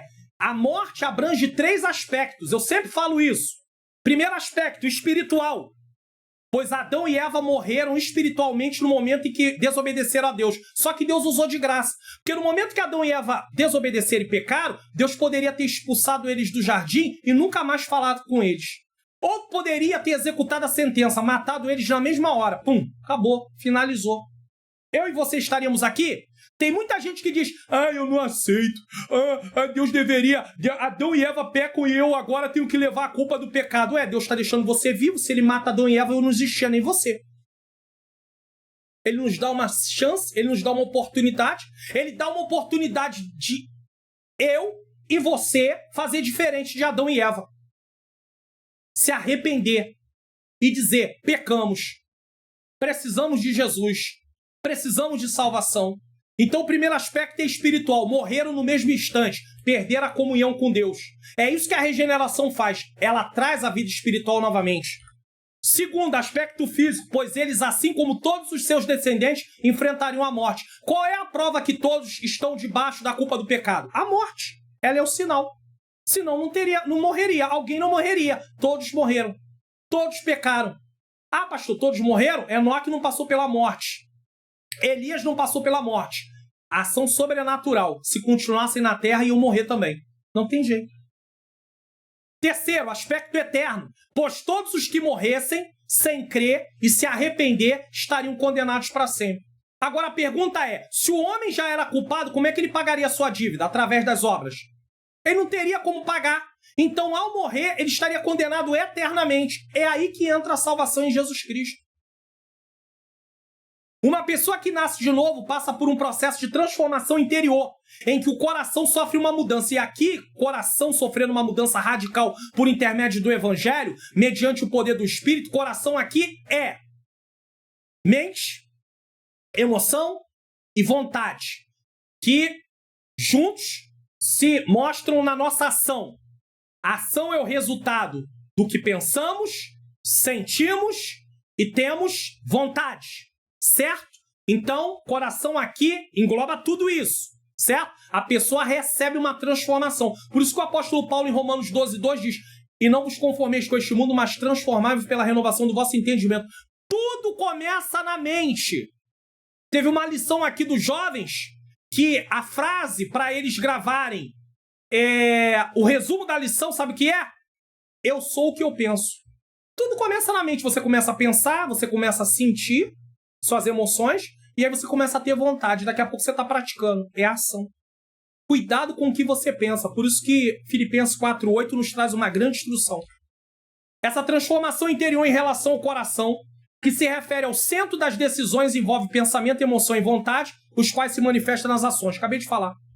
Essa obra é feita diretamente pelo Espírito Santo, esse novo nascimento. Então o pecador se torna filho de Deus. Aí você é adotado na família de Deus por adoção. Você é filho por adoção, não por merecimento. Você foi adotado. Isso é graça. Eu fui adotado. É graça. Tá? Então o pecador se torna filho de Deus, nova criatura que anda em novidade de vida. Acabou. Você não faz para ser, você faz porque é. Novidade de vida. Uma vez que nascemos de novo, passamos a fazer parte da família de Deus. Hebreus 12:11. Como é que eu vou dizer que sou filho de Deus andando em pecado, irmão? Praticando pecado, não ligando para obedecer a Deus. Só duas coisas podem estar acontecendo. Ou eu não tive um novo nascimento, ou eu não entendi o processo da santificação. que tem que ser ensinado. A pessoa tem que aprender. Muitas vezes ela não faz por ignorância, então temos que ensinar. 3, santificação. Eu me preocupo muito com a minha própria vida. Imagine, só aqui no canal 4 anos ensinando. Só aqui no canal. Mas graças a Deus tem uma jornada muito mais longa do que isso. Aí no final, eu vivo uma vida que só ensino, não pratico, e vou pro inferno. Não, irmão, não quero ir pro inferno, não. Eu já entendi. Você é professor, você é professora, cuidado com isso, hein? Eu tenho que entender e vocês têm que entender e precisamos ser relembrados isso direto. Por isso temos que estar em constante estudo. Antes tem o seu prazer na lei do Senhor e na sua lei medita dia e noite. É contínuo. Eu já entendi, preciso continuar com esse entendimento que eu preciso a cada dia de transformação na minha vida. Pastor, mas o senhor é pastor.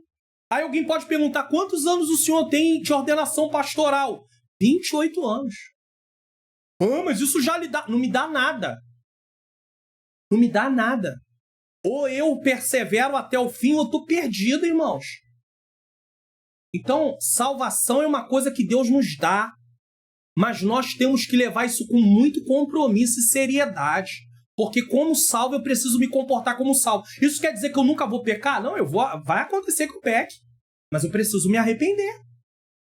Às vezes meu coração pode começar a querer se endurecer. Vem alguém, por isso que nós temos que ir para o templo. Por isso que nós cultuamos coletivamente.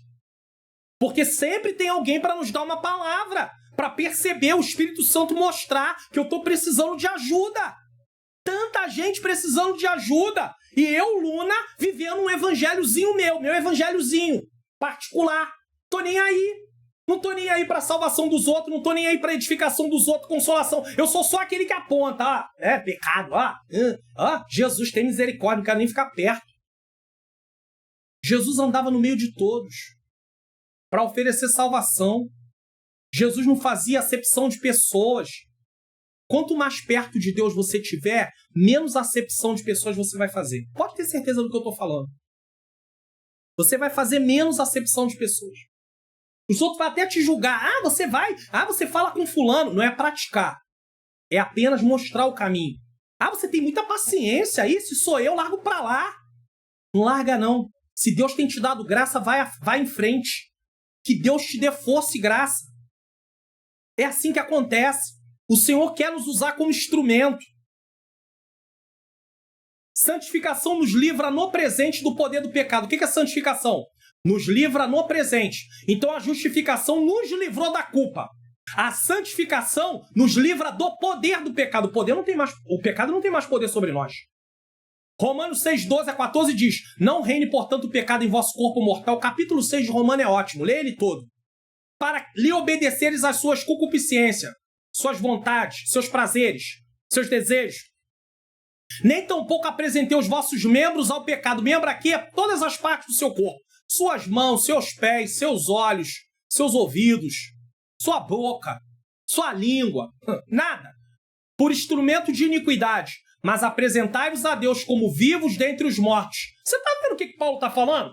Paulo está falando que o mundo inteiro sem Cristo está morto. Efésios 2:1 também fala a mesma coisa. Estávamos também mortos entre eles. Então, apresentai-vos a Deus como vivos. Recebemos uma nova vida. Comparativamente, figurativamente falando, nós moramos entre um cemitério. Sabia disso? O mundo é um cemitério espiritual. E nós recebemos vida, e em nós tem luz. Nós precisamos levar essa luz para que venha a ter vida aonde nós passarmos, irmãos. Sermos instrumento de Deus. Agora, como é que as pessoas vão querer nova vida? Como é que as pessoas vão querer transformação? Elas olham para nós e falam assim: ser crente igual o pastor Luna, igual o Mário Luna, ou igual o Luna. Eu não. Então usa uma frase tipo assim: Deus me livre. Que o meu testemunho é péssimo. Eu não sou perfeito, eu erro, eu falho. Eu falho com pessoas, eu falho com a minha esposa, eu falho com a família. Eu erro. Mas eu preciso me consertar, eu preciso... Senhor, me ajuda. Nas minhas orações eu falo com Deus: Deus, eu preciso ser um pastor melhor, eu preciso ser pai melhor, eu preciso ser um filho melhor, eu preciso ser um homem na sociedade melhor, eu preciso ser... Você vai ver nas áreas da vida da sua atuação e vai falando com Deus. Mas não adianta só orar, tem que vigiar, tem que fazer sua parte. Não é só aprender aqui para casa e esperar. A vida continua. Fala isso na sala de aula. Eu tô fazendo um curso com a minha esposa. Já fiz Casados para Sempre. Na época pela Igreja Nova Vida. Eu não era da Nova Vida, mas fiz pela Nova Vida. Geralmente igrejas pentecostais é mais difícil ter esse tipo de trabalho. E eu não tô falando que são todas, tá? Pelo amor de Deus, mas é muito difícil. É difícil encontrar um departamento de família numa igreja pentecostal. Por incrível que pareça. É difícil falar isso, mas é uma verdade gritante. Eu não sei porquê, mas é uma verdade. Porque se perguntar aí, quem tem departamento de família na sua igreja, vai ter um monte de gente que vai botar. Não esquece da frase, a última frase que eu vou colocar lá, mas também me responda isso. Duas questões, você pode responder no mesmo comentário. Você vai colocar lá a frase e vai colocar essa resposta aqui também. Na sua igreja tem departamento de família? É difícil ter. Então, eu estou fazendo novamente um curso, Casais Vitoriosos, na igreja onde eu pertenço. E aí, eu não posso contar detalhes do curso. Eu não posso fazer isso de maneira nenhuma, mas teve algo lá, e aí, dentro desse algo, a minha esposa tinha o direito de eu perguntar para ela algo sobre coisas que desagradam a ela. Ela me apontou 3 coisas. Pastor, tem 3 coisas que desagradam a sua esposa em relação à sua pessoa para com ela? Tem. Se fosse 10, ela falaria 10. Tá. E aí, o que eu faço com isso? Eu ouço ela e largo pra lá. Não, irmão, já botei como causa de oração. Tem um caderno, eu escrevo algumas coisas, tá lá. Na hora que eu vou orar, eu pego o caderno pra me lembrar que a minha mente falha. É tanta coisa. Não dá, irmãos. É duas aulas de escola dominical aqui. Não tô gravando Entende Tu Que Lês, mas se Deus permitir, volta a falar do Entende Tu Que Lês. Outras coisas que eu faço, não tem como, irmãos. E aí eu oro. E eu tento vigiar. Eu tenho que fazer minha parte. Tô dando a minha vida como exemplo para mostrar para vocês. Então, não pode apresentar o corpo como instrumento de justiça. Sim de justiça. De injustiça, mas sim de justiça. Porque o pecado não terá domínio sobre vós. Domínio aqui é poder. Porque não estáis debaixo da lei, mas debaixo da graça. O que significa isso? A referência à lei indica que a lei, por si só, não podia livrar as pessoas do pecado. Mas a graça divina, por meio de Jesus, oferece essa libertação. É por isso que tem aquele texto, que a letra mata, mas o espírito vivifica. Aí alguém pensa que a letra é o estudo. Não, a letra é o Antigo Testamento, a lei. Nesse sentido, certo? A lei só serve para apontar a nossa condição diante de Deus, mas ela não serve para nos dar salvação. Somente Cristo nos salva. A santificação é um aspecto da salvação como resultado da obra do Calvário de nosso Senhor Jesus Cristo.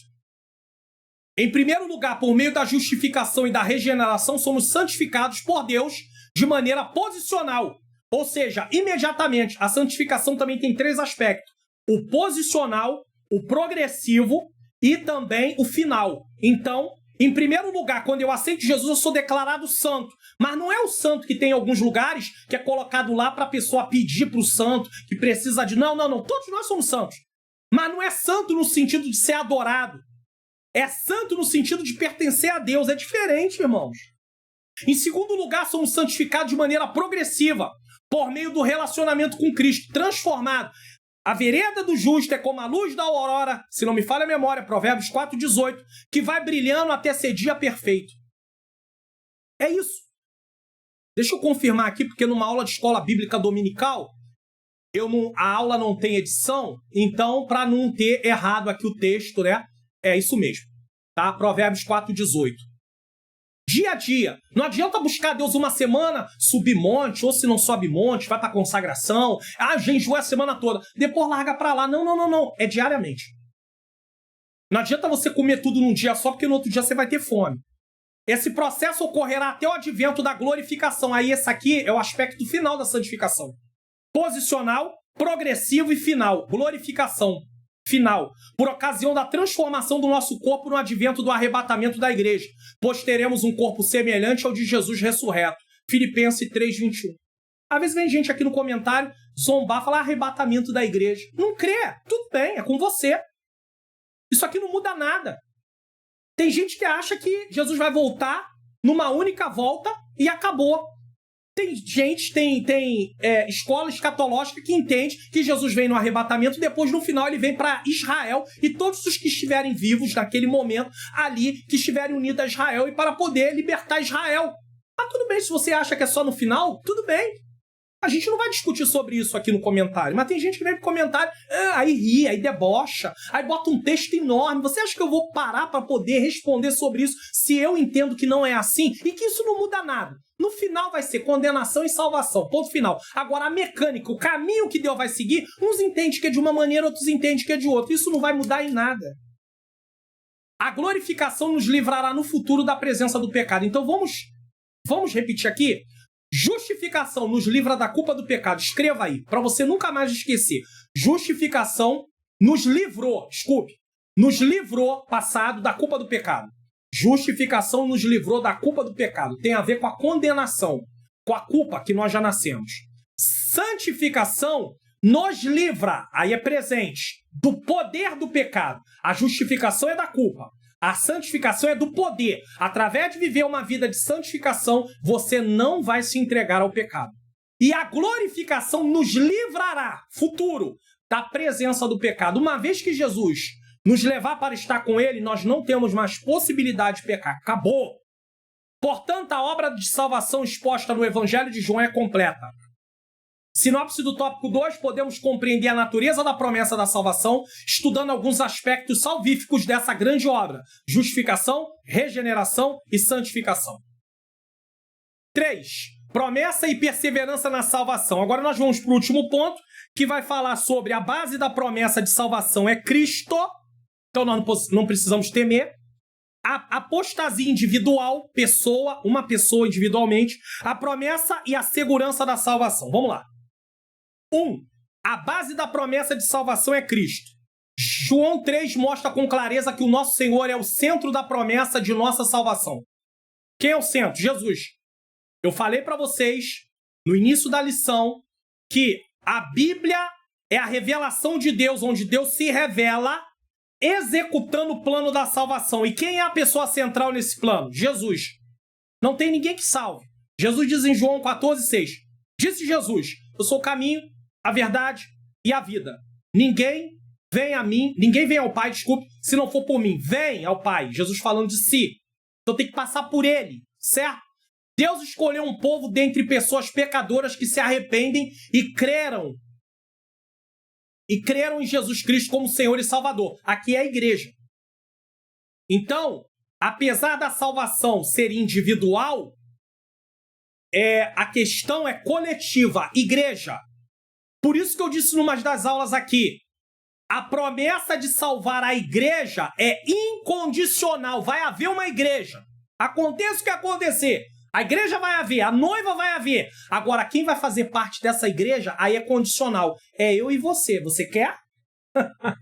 Se você quer, vai ter que perseverar. E tem tribulação, tem aflição, tem angústia, tem oposição, tem levante, tem perseguição, tem tudo, irmão. Mas tem vitória, tem bênção. Em todas essas coisas somos mais do que vencedores. É só ler Romanos 8, do 31 em diante. Virar um texto que você sempre leia. Aí você vai falar, meu Deus, eles passaram por muita luta, mas eles chegaram, eu também vou chegar. Se eles conseguiram, eu também vou conseguir. Leia Hebreus 11. Se eles conseguirem, eu também vou conseguir. Logo, a igreja de Cristo, o povo de Deus, veja, igreja, é constituída de pessoas unidas ao Senhor. Efésios 1, 9 e 10. Igreja. Jesus vem buscar uma igreja. Igreja. Agora, quem faz parte da igreja? Eu quero estar lá. Você quer? Assim, fazemos parte do corpo de Cristo. Somos membros desse corpo. Ninguém é melhor do que ninguém, porque todo mundo era culpado. Independente se nasceu no lar cristão, se não nasceu no lar cristão, mas não foi uma pessoa que se entregou aos prazeres do mundo de uma forma assim, totalmente, total. Independente, todo mundo era culpado. Assim fazemos parte do corpo de Cristo e isso só é possível por causa da obra consumada no Calvário. Efésios 1:7. Olha o que diz. Em quem temos a redenção pelo sangue, a remissão das ofensas.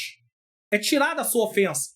Deus olha para você e vê o sangue de Jesus. Você não é mais culpado. Você não é mais condenado. Segundo as riquezas da sua graça. Esse versículo destaca o grande ato de redenção que Deus realizou por meio de Jesus Cristo. Irmãos, se você estudar a fundo a doutrina da salvação, você fica assim, perplexo. Por isso que eu falo que tem que estudar a doutrina do pecado, para ver o que Deus teve que fazer para nos salvar. Deus passou por cima de uma grande ofensa. Deus é santo. Não tem como lidar com pessoas pecadoras como nós. A santidade de Deus nos mataria se ele não usasse de graça, se ele não se manifestasse em graça para Adão e Eva, apesar do termo graça não estar ali registrado no Antigo Testamento. Depois que eles pecaram, eles teriam morrido na hora, fulminados. Por que Ananias e Safira morrem no Novo Testamento? Porque Deus manifesta a sua santidade para mostrar que quem vai se relacionar com ele não pode viver na prática do pecado. E eles estavam ali na prática do pecado, porque foi dada oportunidade para eles se arrependerem. Foi portanto que vendeu? Foi portanto que vendeu. A questão não era que eles eram obrigados a vender, eles nem tinham que vender nada. Mas venderam para mostrar que tinham também contribuído, para poder enganar, que tinham dado tudo quando não tinham dado. Eles queriam glória para si. Mas no confronto eles tiveram oportunidade de se arrepender. Se arrependeram? Não. Então Deus manifestou a sua santidade. E ninguém pode, diante da santidade, continuar de pé. Então eles morrem. Deus executou seu juízo, morte. Então é pela graça que eu estou aqui, você está aí. Este versículo destaca o grande ato de redenção que Deus realizou por meio de Jesus Cristo. Redenção refere-se ao ato de libertar alguém do cativeiro. Lembra que eu falei da feira, onde alguém é comprado e passa de um senhor para o outro senhor? É isso que aconteceu. O pecado era o nosso senhor. Deus tirou. E ele é apresentado como Senhor por causa da sua força. Ele tirou. E agora nós somos... O Senhor Jesus é o nosso Senhor. E aqui se refere à libertação do pecado por meio do sacrifício de Jesus. Houve uma troca de Senhor.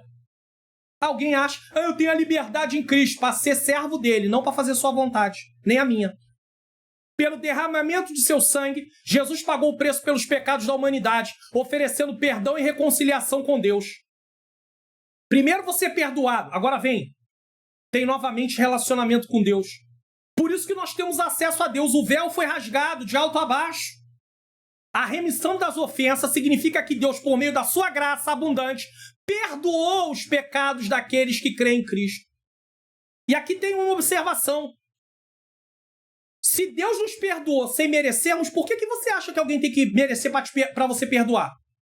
É por isso que Mateus, se não me falha a memória, capítulo 6 diz, se você não perdoar, você não vai ser perdoado. A oração do Pai Nosso também diz, perdoa as nossas ofensas assim como perdoamos os nossos devedores. Se você não perdoar, não tem perdão. Porque o maior ofendido era Deus, ele te perdoou. Você não quer perdoar? Tem que perdoar, perdão é mandamento. Não é questão de sentir, não senti. Eu digo para alguém, não estou sentindo desejo de perdoar, não tá não? Você também não está sentindo desejo de ser salvo, porque se você tivesse desejo de ser salvo, você tinha que perdoar. Se você não está se comportando como salvo, Mário Luna, porque se você tivesse se comportando como um salvo, você teria que perdoar. Pastor, mas eu tenho dificuldade. Tudo bem, começa a orar pela pessoa. Senhor, toma fulano nas tuas mãos. A melhor maneira para que você comece a ter Deus trabalhando na sua vida é orar por aquela pessoa. Pastor, eu não consigo nem falar o nome dele. Para sem falar o nome. Senhor, toma ele em tuas mãos. Deus já sabe quem é. Daqui a pouco você já está falando o nome. Daqui a pouco você está pedindo bênçãos que você não está pedindo nem para você. Parece brincadeira, mas é verdade, porque o Espírito Santo transforma. Apostasia individual, desculpe. 2. Nas Escrituras também encontramos uma grande advertência concernente à promessa da salvação. A Bíblia nos mostra que a salvação não é incondicional. Não é incondicional, pois as pessoas podem resisti-la. Eu disse que uma igreja, uma noiva vai ter para Jesus. Uma igreja salva vai ter para Jesus. Mas a salvação individual não é incondicional. Depende do que você queira. Deus já sabe que vai ter pessoas salvas. Mas você está no meio desses salvos? Eu tô. Eu quero estar. Eu quero estar lá. Desejamos ir lá. João 3, 18 a 20. Diz, Eu não vou colocar o texto, mas vou explicar. Deixa claro que, embora Jesus tenha oferecido a salvação a todos, nem todos o aceitam. O versículo 18 afirma que quem crê não é condenado, mas quem não crê já está condenado, mostrando que a salvação é acessível pela fé, mas também pode ser resistida. Pode ser resistida. Então nós temos que compreender isso. Ah, mas se está resistindo não era filho da salvação. Nós não entendemos dessa maneira.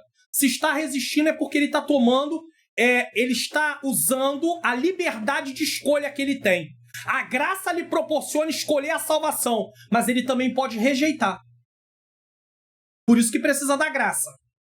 Nós acreditamos não na graça irresistível, que é uma graça que alguns acreditam dentro da doutrina da salvação, que quem Deus chamou não vai resistir. Nós não acreditamos desse jeito. Nós acreditamos que a graça não serve para a pessoa não resistir. Ela serve como oportunidade, é diferente. Mas se tem alguém aqui me assistindo que acredita dessa forma que eu acabei de falar aqui, anteriormente, tudo bem, a gente não vai... Porque isso é mecânica. Isso é mecânica. É o caminho que Deus toma. Isso não vai mudar nada. Lá no final vai ser o mesmo. Senão a gente vai ficar batendo boca e não vai chegar a lugar nenhum. Os versículos 19 e 20 explicam que muitos rejeitam a luz, que é Jesus, porque preferem as trevas, ou seja, preferem continuar em seus pecados. Isso demonstra que a salvação é condicionada ao arrependimento e à fé em Cristo. Tem uma condição. Portanto, a decisão de aceitar ou rejeitar a salvação está nas mãos de cada pessoa, tornando-a irresistível. E é por isso que as pessoas precisam entender. Eu creio que o Senhor pode salvar a nossa... O plano de Deus sempre envolve família. Quando Deus deu salvação, livramento para Noé, salvação de morrer ali, ele incluiu a família de Noé. A Bíblia não diz que viu a família, que a esposa de Noé era justa, que os filhos de Noé eram justos. A Bíblia diz que Noé era justo.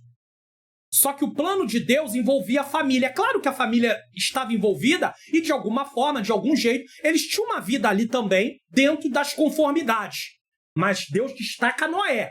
Só que a justiça, que foi imputada às minhas obras em Cristo, elas não vão me dar salvação, porque elas são consequências do que Cristo fez. E eu ser um salvo não vai salvar meu filho, minha esposa, minha família, não vai. Mas Deus sempre pensou em família. Então, quando está lá em Atos dizendo para o carcereiro, Paulo diz que Paulo está profetizando naquele momento. Paulo está profetizando. Deus já havia mostrado que ia salvar a família do carcereiro. Por isso que Paulo diz aquilo. Crê no Senhor Jesus, será salvo tu e tua casa. Só que para eles serem salvos, eles tiveram que se arrepender também. E o texto vai mostrar que Paulo vai para casa, prega, e eles também reconhecem Jesus. Então eles tiveram que passar pelo processo de arrependimento e de fé.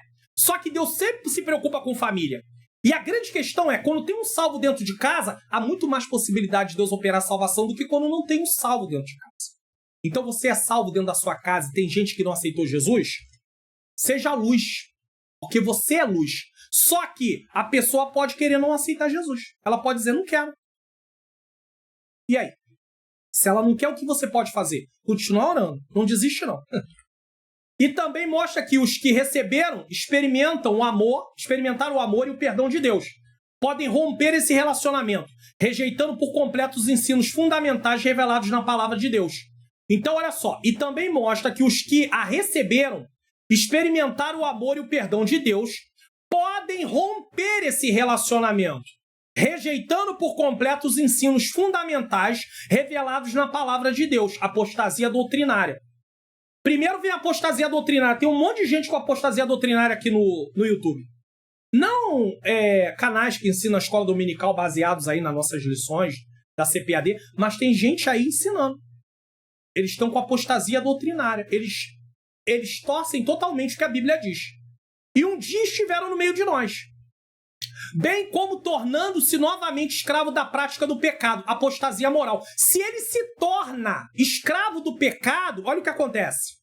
Isso denominamos apostasia, que implica uma rebelião contra Deus, abandono proposital. Ele não faz isso por ignorância, ele faz de caso pensado.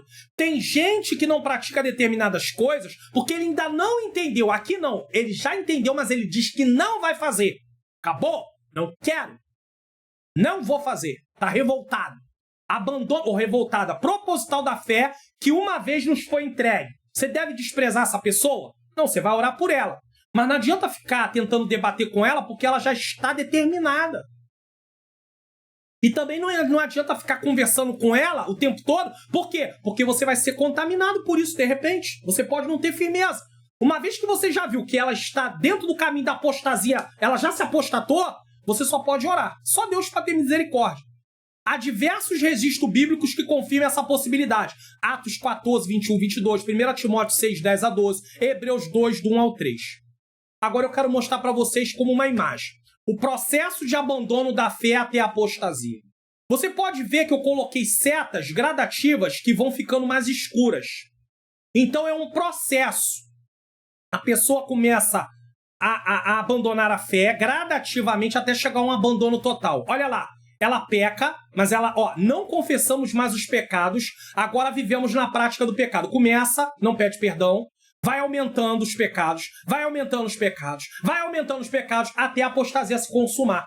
A apostasia da fé resulta em voltar a ser culpado e condenado. Ele volta a ser culpado e condenado. Veja que pecar não faz ele voltar a ser culpado e condenado desde que ele não torne isso como prática. Mas no momento que isso se torna prática, ele pode chegar à apostasia total. Acabou. E se ele chegar ao ponto de se apostatar totalmente, a apostasia é o abandono deliberado e aí não tem mais jeito. Por quê? Porque você não quer mais orar? Não, porque ele já está determinado, ele não quer mais saber de Deus, ele não quer mais saber de Cristo. E é por isso que enquanto há o processo aí até chegar a esse ponto, nós falamos da palavra, nós mostramos a palavra, mas ele pode chegar a esse ponto, ou ela. Que Deus tenha misericórdia de nós e de cada pessoa. Embora utilizemos o termo perder a salvação, devemos, que nós usamos muito isso, fulano perdeu a salvação, eu posso perder a salvação. Mas entenda isso aqui, ó. Embora utilizemos o termo, porque a palavra perder é uma coisa que você não premeditou. Você diz assim, eu perdi a carteira, eu perdi o documento. Você premeditou perder o documento? Só que a apostasia não é um perder desse jeito. Vamos lá. Embora utilizemos o termo perder a salvação, devemos entender que não é Deus quem retira o direito da salvação. Não é Deus que diz assim, me dá de volta. Toma esse presente, não, me dá de volta. Não, é a mão que simboliza a fé que ela devolve. E ela, novamente, se encolhe. Eu não quero mais presente. Certo? Então, Deus não é Deus quem retira o direito de salvação, mas sim a própria pessoa que, ao renunciar à sua fé em Cristo, abdica da salvação. A única forma de perder a salvação é abrindo mão da fé. No momento que você deixa de confiar, acabou. Só que esse deixar de confiar é gradativo, dá sinais.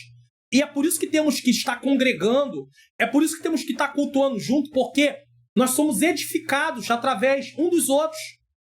E isso combate para que nós não venhamos começar no caminho da apostasia até chegar nela no final.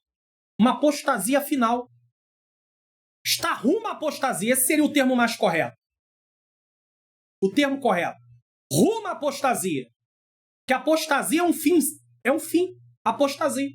Um fim. Chegou. Assim como a glorificação é um estado de nos livrar da presença do pecado, a apostasia traz de novo a presença do pecado no sentido de culpa.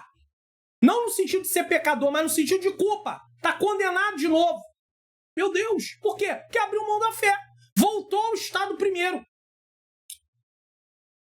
Portanto, trata-se de uma perda consciente. E a gente não usa perda consciente. Perda consciente é algo proposital, em que a pessoa está ciente do que está abandonando. A salvação.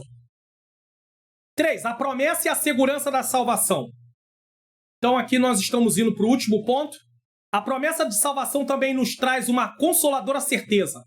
Aquela mesma que o apóstolo Paulo escreveu. Mas de ambos os lados estou em aperto. Tendo o desejo de partir e estar com Cristo.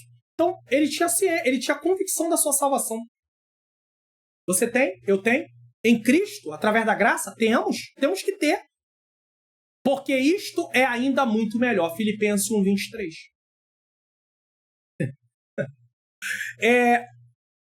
Quando eu ia muito mais em vigílias, logo no início da minha caminhada, era muito comum nas vigílias, porque assim, ia dando as horas, né? 1 da manhã, 2 da manhã, 3 da manhã, 4 da manhã, às vezes tinha gente que já estava com sono.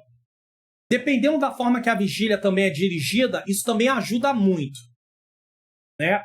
Às vezes é uma vigília que também é muito enfadonha, tem um monte de gente para falar, você não consegue, não é coisa com coisa, um fala uma coisa, outro fala outra, outro fala outra. Irmão, pelo amor de Deus, Jesus, tem misericórdia, mas tudo bem, vamos lá. Aí a gente prefere ficar em casa e orar em casa, que é melhor. Mas eu não estou aqui incentivando ninguém a abrir mão de estar na vigília da sua igreja. Mas eu estava falando de ir para vigílias, outras vigílias também. Que nem sempre tem na igreja. E era muito comum cantar um corinho assim. Irmão, acorda, acorda, irmão, senão a Bíblia vai cair da sua mão. Irmão, acorda, acorda, irmão, Jesus vem buscar a igreja e você não sobe, não. Irmãos, pelo amor de Deus. Na hora que Jesus vir buscar o seu povo, vai ter muita gente dormindo. Isso não impede da pessoa receber salvação. Então era um corinho totalmente fora do contexto bíblico. É um corinho que tem uma tremenda de uma ignorância no que é cantado. Era uma forma de acordar os crentes, só que aí falava dele perder a salvação porque ele estava dormindo. Não é esse dormir, é um dormir espiritual. É um sono no sentido de estar caminhando para a apostasia. Não é esse tipo de sono. Então, entenda, nós temos que ter certeza da salvação. Agora, tem gente que é assim, de manhã ele pensa que está salvo, de tarde ele fez alguma coisa, ele já pensa que está condenado, de noite ele já acha que está salvo. Não existe isso não, irmão, pelo amor de Deus. Se arrepende só e se a sua salvação está aí. Agora, você vai perder a salvação se você começar a praticar o pecado, direto, prática. Pastor, mas o senhor não acha que se uma pessoa se apoia como uma muleta na questão de poder pedir perdão, ele não está caminhando para a condenação? Eu acho. Porque no momento que eu premedito, eu posso pecar porque se eu pecar eu posso pedir perdão, ele já está na prática do pecado. Não é disso que eu estava falando. Eu estou falando de pecado sem estar pensando em poder praticar, porque pode pedir perdão. Aí a pessoa pecou, eu já estou condenado. Ai, meu Deus, eu vou para o inferno. Não é assim que funciona, não, irmãos. Segurança da salvação. Você tem como pedir perdão a Deus. Você lembra da folha? Ela fica arriscada, mas ela não está preta. Você não tem culpa do pecado mais. Você só vai ter culpa do pecado se você se apostatar da fé. Ou eu entendo isso. Mas, pastor, falando dessa forma, não pode dar força para a pessoa começar a praticar o pecado? Não, não pode não. Sabe por quê? Porque se ela começa a praticar o pecado, ela está a caminho da apostasia. Então ela não pode ficar brincando com uma coisa que tem a ver com a salvação dela. Mas eu só mostrei para vocês através das figuras que a folha fica arriscada, mas ela não fica preta, porque a culpa já foi removida. Você tem que entender uma coisa. Nós seríamos condenados por causa da culpa do pecado. Ilustrativamente, a folha preta. Uma vez que aceitamos Jesus, a folha ficou branca. Não temos mais a culpa. Quando eu peco, aquele risco que eu mostrei mostra o pecado. Mas não é mais a culpa do pecado. Não tem mais culpa do pecado. Então, eu peço perdão e eu continuo sem estar culpado. Eu só volto a estar culpado se eu viver uma vida na prática do pecado. Mas eu não posso me apoiar nisso para continuar vivendo uma vida na prática do pecado. Não, a qualquer momento eu posso pedir perdão. Não. Porque senão você já está vivendo na prática do pecado. E você já está caminhando para a apostasia. E é por isso que tem gente que acha que porque pecou, de manhã está salvo, de tarde está perdido, de noite está condenado, e vai. Isso tira a sua paz. Então a ilustração deixou muito claro. Aí tem gente que vai falar, não, mas isso vai dar vazão para que as pessoas possam viver a vida no pecado e não ligar. Não vai dar vazão, não. Porque se ela entra na prática, aos poucos, ela está caminhando no caminho da apostasia. E ela vai perder a salvação se continuar desse jeito, sim. Mas ela vai perder a salvação porque ela abriu mão da fé. A única forma de perder a salvação é abrir mão da fé. E eu quero fazer uma pergunta para vocês. Quando uma pessoa comete um pecado, ela está abrindo mão da fé? Deixa eu fazer essa pergunta. Se ela se arrepende e se ela não continua na prática, é claro que ela não está abrindo mão da fé, irmãos. Por favor, né? O ensino bíblico do Novo Testamento afirma que, ao passar pela morte, o salvo já está imediatamente com Cristo. Passou pela morte, já vai estar em Cristo. Num lugar chamado paraíso. Mas depois vai ter lá, quando a igreja for arrebatada, aí tem as bodas do Cordeiro, tem a entrega dos galardões. Depois, lá no final, vem a eternidade. Aí, acabou. Aí, eternidade definitiva. Quem já foi, já está dentro da eternidade. Mas eu digo assim, completo, que vai estar todos, né, reunidos. E os perdidos estarão num lugar chamado lago que arde com fogo e enxofre. Assim, os que creem em Cristo se submetem a Ele como seu Senhor. E, mediante um relacionamento pessoal com Cristo, estão definitivamente seguros para a vida eterna. Tá entendendo aqui, ó? Assim, os que creem em Cristo se submetem a Ele como seu Senhor. Senhor, não é só Salvador, Senhor, obedece. E, mediante um relacionamento pessoal com Cristo, estão definitivamente seguros para a vida eterna. Você acha, por exemplo, Pedro, Paulo repreende na carta aos Gálatas Pedro face a face, porque estava fazendo acepção de pessoas. A acepção de pessoas é pecado? É pecado. Pedro estava perdendo a salvação. Pedro perdeu a salvação. Naquele momento, ele estava perdendo a salvação porque tinha feito acepção de pessoas? Não, ele tinha pecado. Agora, ele precisou se arrepender, ele se arrependeu. Agora, se ele continua na prática, diariamente, continuando, ele vai chegar ao ponto de se apostatar da fé. É isso que eu preciso entender. Só que eu não vou usar o pedido de perdão como uma muleta para pecar propositalmente, porque senão eu já estou na prática. E aí, irmãos, apostasia é questão de tempo. João 5,13 diz: esta coisa vos escrevi para que saibais que tendes a vida eterna e para que creiais no nome do Filho de Deus. Olha o que João escreve: para que saibais que tendes a vida eterna. Ele não diz que vai receber a vida eterna, ele já diz que já tende. Jesus disse, né? Eu vos dou vida e vida com abundância. Nós já estamos experimentando parte da vida com abundância aqui, porque nós temos salvação. Só que a plenitude da salvação é quando nós chegarmos lá. Só que nada pode nos tirar a salvação, a não ser nós mesmos abrindo mão da nossa fé. Neste versículo, o apóstolo João declara o propósito da sua carta: assegurar aos crentes a certeza de vida eterna. Se você não tiver certeza de vida eterna como Paulo, irmão, tu está perdido, eu estou perdido. Eu estou perdido. Que eu vou viver culpado. Ai, meu Deus. Ai, eu não sei. Acho que eu vou pro inferno. Ai, eu vou pro inferno. Tem gente vivendo assim, irmãos. Precisamos aprender mais sobre esse ensinamento dessa aula. Ele quer que aqueles que creem no nome de Jesus, o Filho de Deus, saibam com convicção que possuem a vida eterna, a não ser que abrirem mão da sua fé. Não se trata de uma esperança vaga, mas de uma certeza fundamentada na fé em Cristo. Acabou. Não tem como. Aí você vai dizer assim: pastor, mas a pessoa começa a desobedecer. Não tem como conciliar fé e desobediência. Quem crê tem que obedecer. Quem ama tem que obedecer. Não tem como. Só fé, mas não tem obediência. Só amor, mas não tem obediência. Fé implica em obedecer. Amor implica em obedecer. Por isso que está ali, fé em Jesus Cristo. Certo?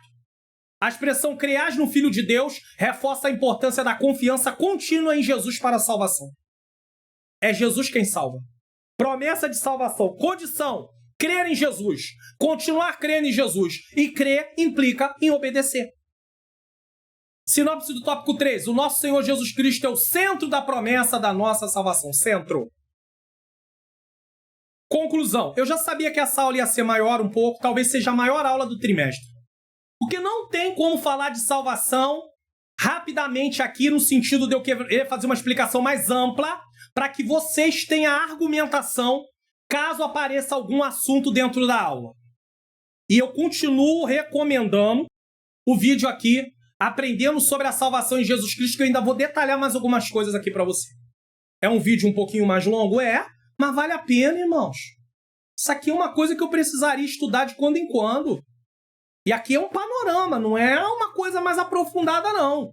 Se você quiser aprofundar mais, é como eu falei, eu vou colocar no link na descrição e no comentário afixado o seminário, né, da Faculdade Vitória em Cristo. É um curso livre, como eu já fiz também, e você vai aprender muita coisa. Aí é com você. Você quer fazer um investimento? É com você, certo? Vamos lá. Frase para repetir. 2 coisas você vai colocar no comentário. Na sua igreja tem departamento de família? Sim ou não? Na minha igreja não tem departamento de família. Na minha igreja tem departamento de família. Tenho certeza que vai ter mais não tem do que tem. E aí você vai passar a orar. Senhor, toca, Senhor, para que tenha, porque é importante. Porque tendo um departamento tem eventos em relação a isso. Tem eventos para pais, tem eventos para filhos, tem eventos para jovens, adolescentes, tem eventos também para casal, palestra de quando em quando. É importante, irmão. Mas a frase é: eu vivo a transformação da salvação. Quem crê, vive a transformação da salvação. Isso aqui é santificação. Aceitou Jesus, está livre da culpa do pecado, mas continua no processo de santificação, para não voltar novamente ao estado inicial de culpado e condenado. É por isso que tem a santificação progressiva. Porque se você não tiver uma santificação progressiva, você volta novamente ao estado de culpado e condenado, que é abrir mão da fé. Então coloque aí no comentário: eu vivo a transformação da salvação. Coloque isso e coloque também a questão de tem departamento de família e não tem departamento de família. E vocês leiam os comentários aí para vocês verem como é que está a situação. Interajam aí entre vocês também.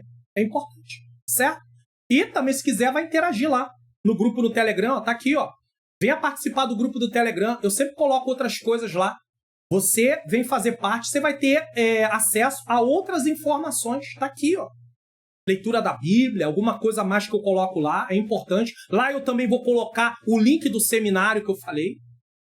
Então, enfim. A promessa da salvação, de fato, nos lembra da importância de uma vida consciente transformada diante de Deus e das pessoas ao nosso redor. A salvação é um ato soberano de Deus que oferece graça e perdão, mas também exige uma resposta pessoal. É Deus quem decidiu salvar, mas eu preciso querer ser salvo. Efésios 2:1 confirma que sem Cristo o ser humano está morto em seus pecados, mas pela fé essa condição muda radicalmente.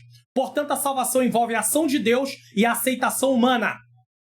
Não é apenas um evento único, mas um processo contínuo de viver em conformidade com a nova vida que recebemos em Cristo. Eu sou um salvo, mas eu preciso continuar como um salvo. Por isso que diz que não é um evento único. Mas eu já sou um salvo. Eu só tenho que viver como um salvo. Certo? Eu não sou mais culpado e condenado. Eu só volto a ser culpado e condenado se eu me apostatar da fé. Aí eu volto a ser culpado e condenado. Certo? Entenda isso.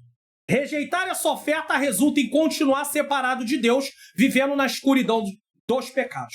Eu estou frisando bastante isso aqui para que ninguém venha dizer que não entendeu. Eu só volto a ser culpado e condenado se eu me apostatar da fé. Mas se eu usar o direito de pedir perdão como uma muleta para poder estar pecando e toda hora pedir perdão propositalmente, eu já estou na prática do pecado e a possibilidade de eu me apostatar da fé é enorme. Então não use o direito de pedir perdão como uma muleta de amparo para poder ficar pecando, porque senão podemos chegar novamente ao ponto que começamos. Qual é o ponto que começamos? Culpados e condenados. Mas o Senhor, através de Jesus Cristo, nos fez salvos, pecadores arrependidos. Não mude, não saia dessa posição. Pecou, se arrependa. Pecou, se arrependa.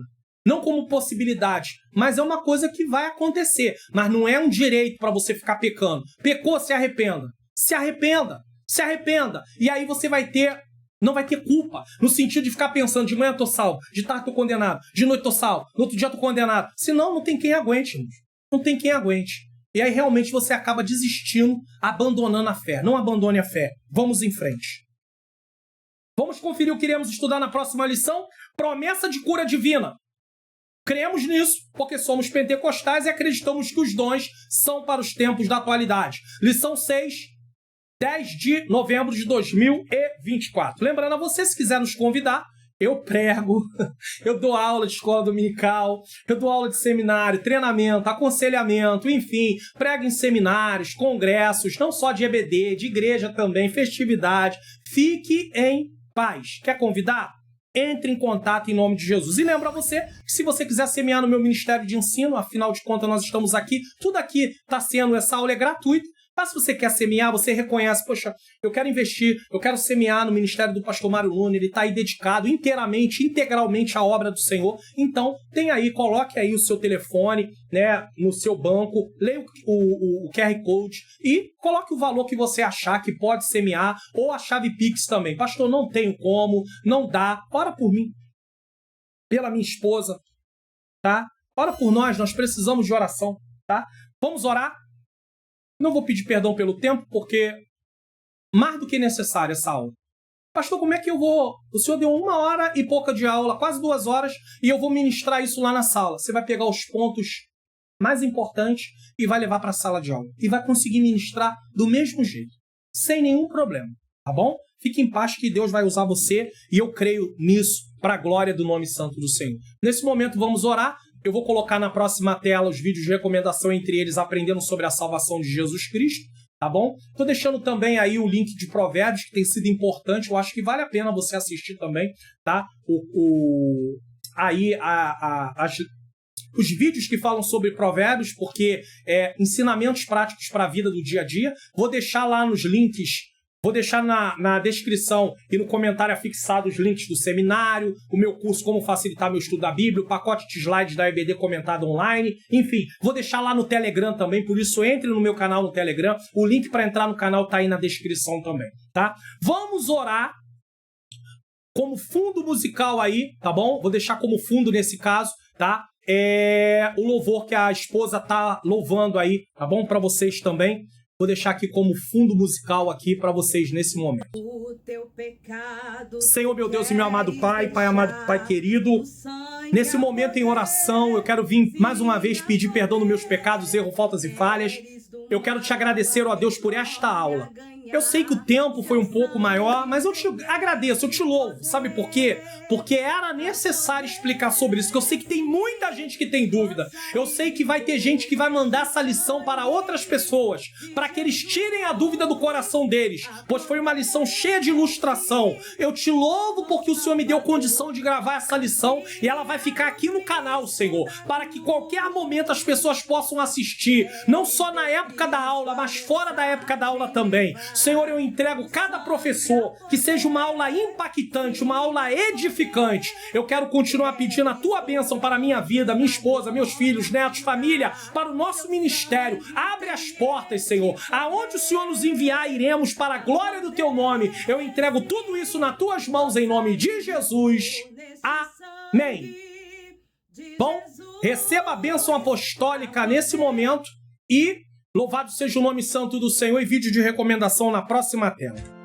Que o grande amor de Deus, a graça do nosso Senhor e Salvador Jesus Cristo e a doce comunhão do Espírito Santo seja com todos nós que aguardamos a volta do Senhor e todos digam amém.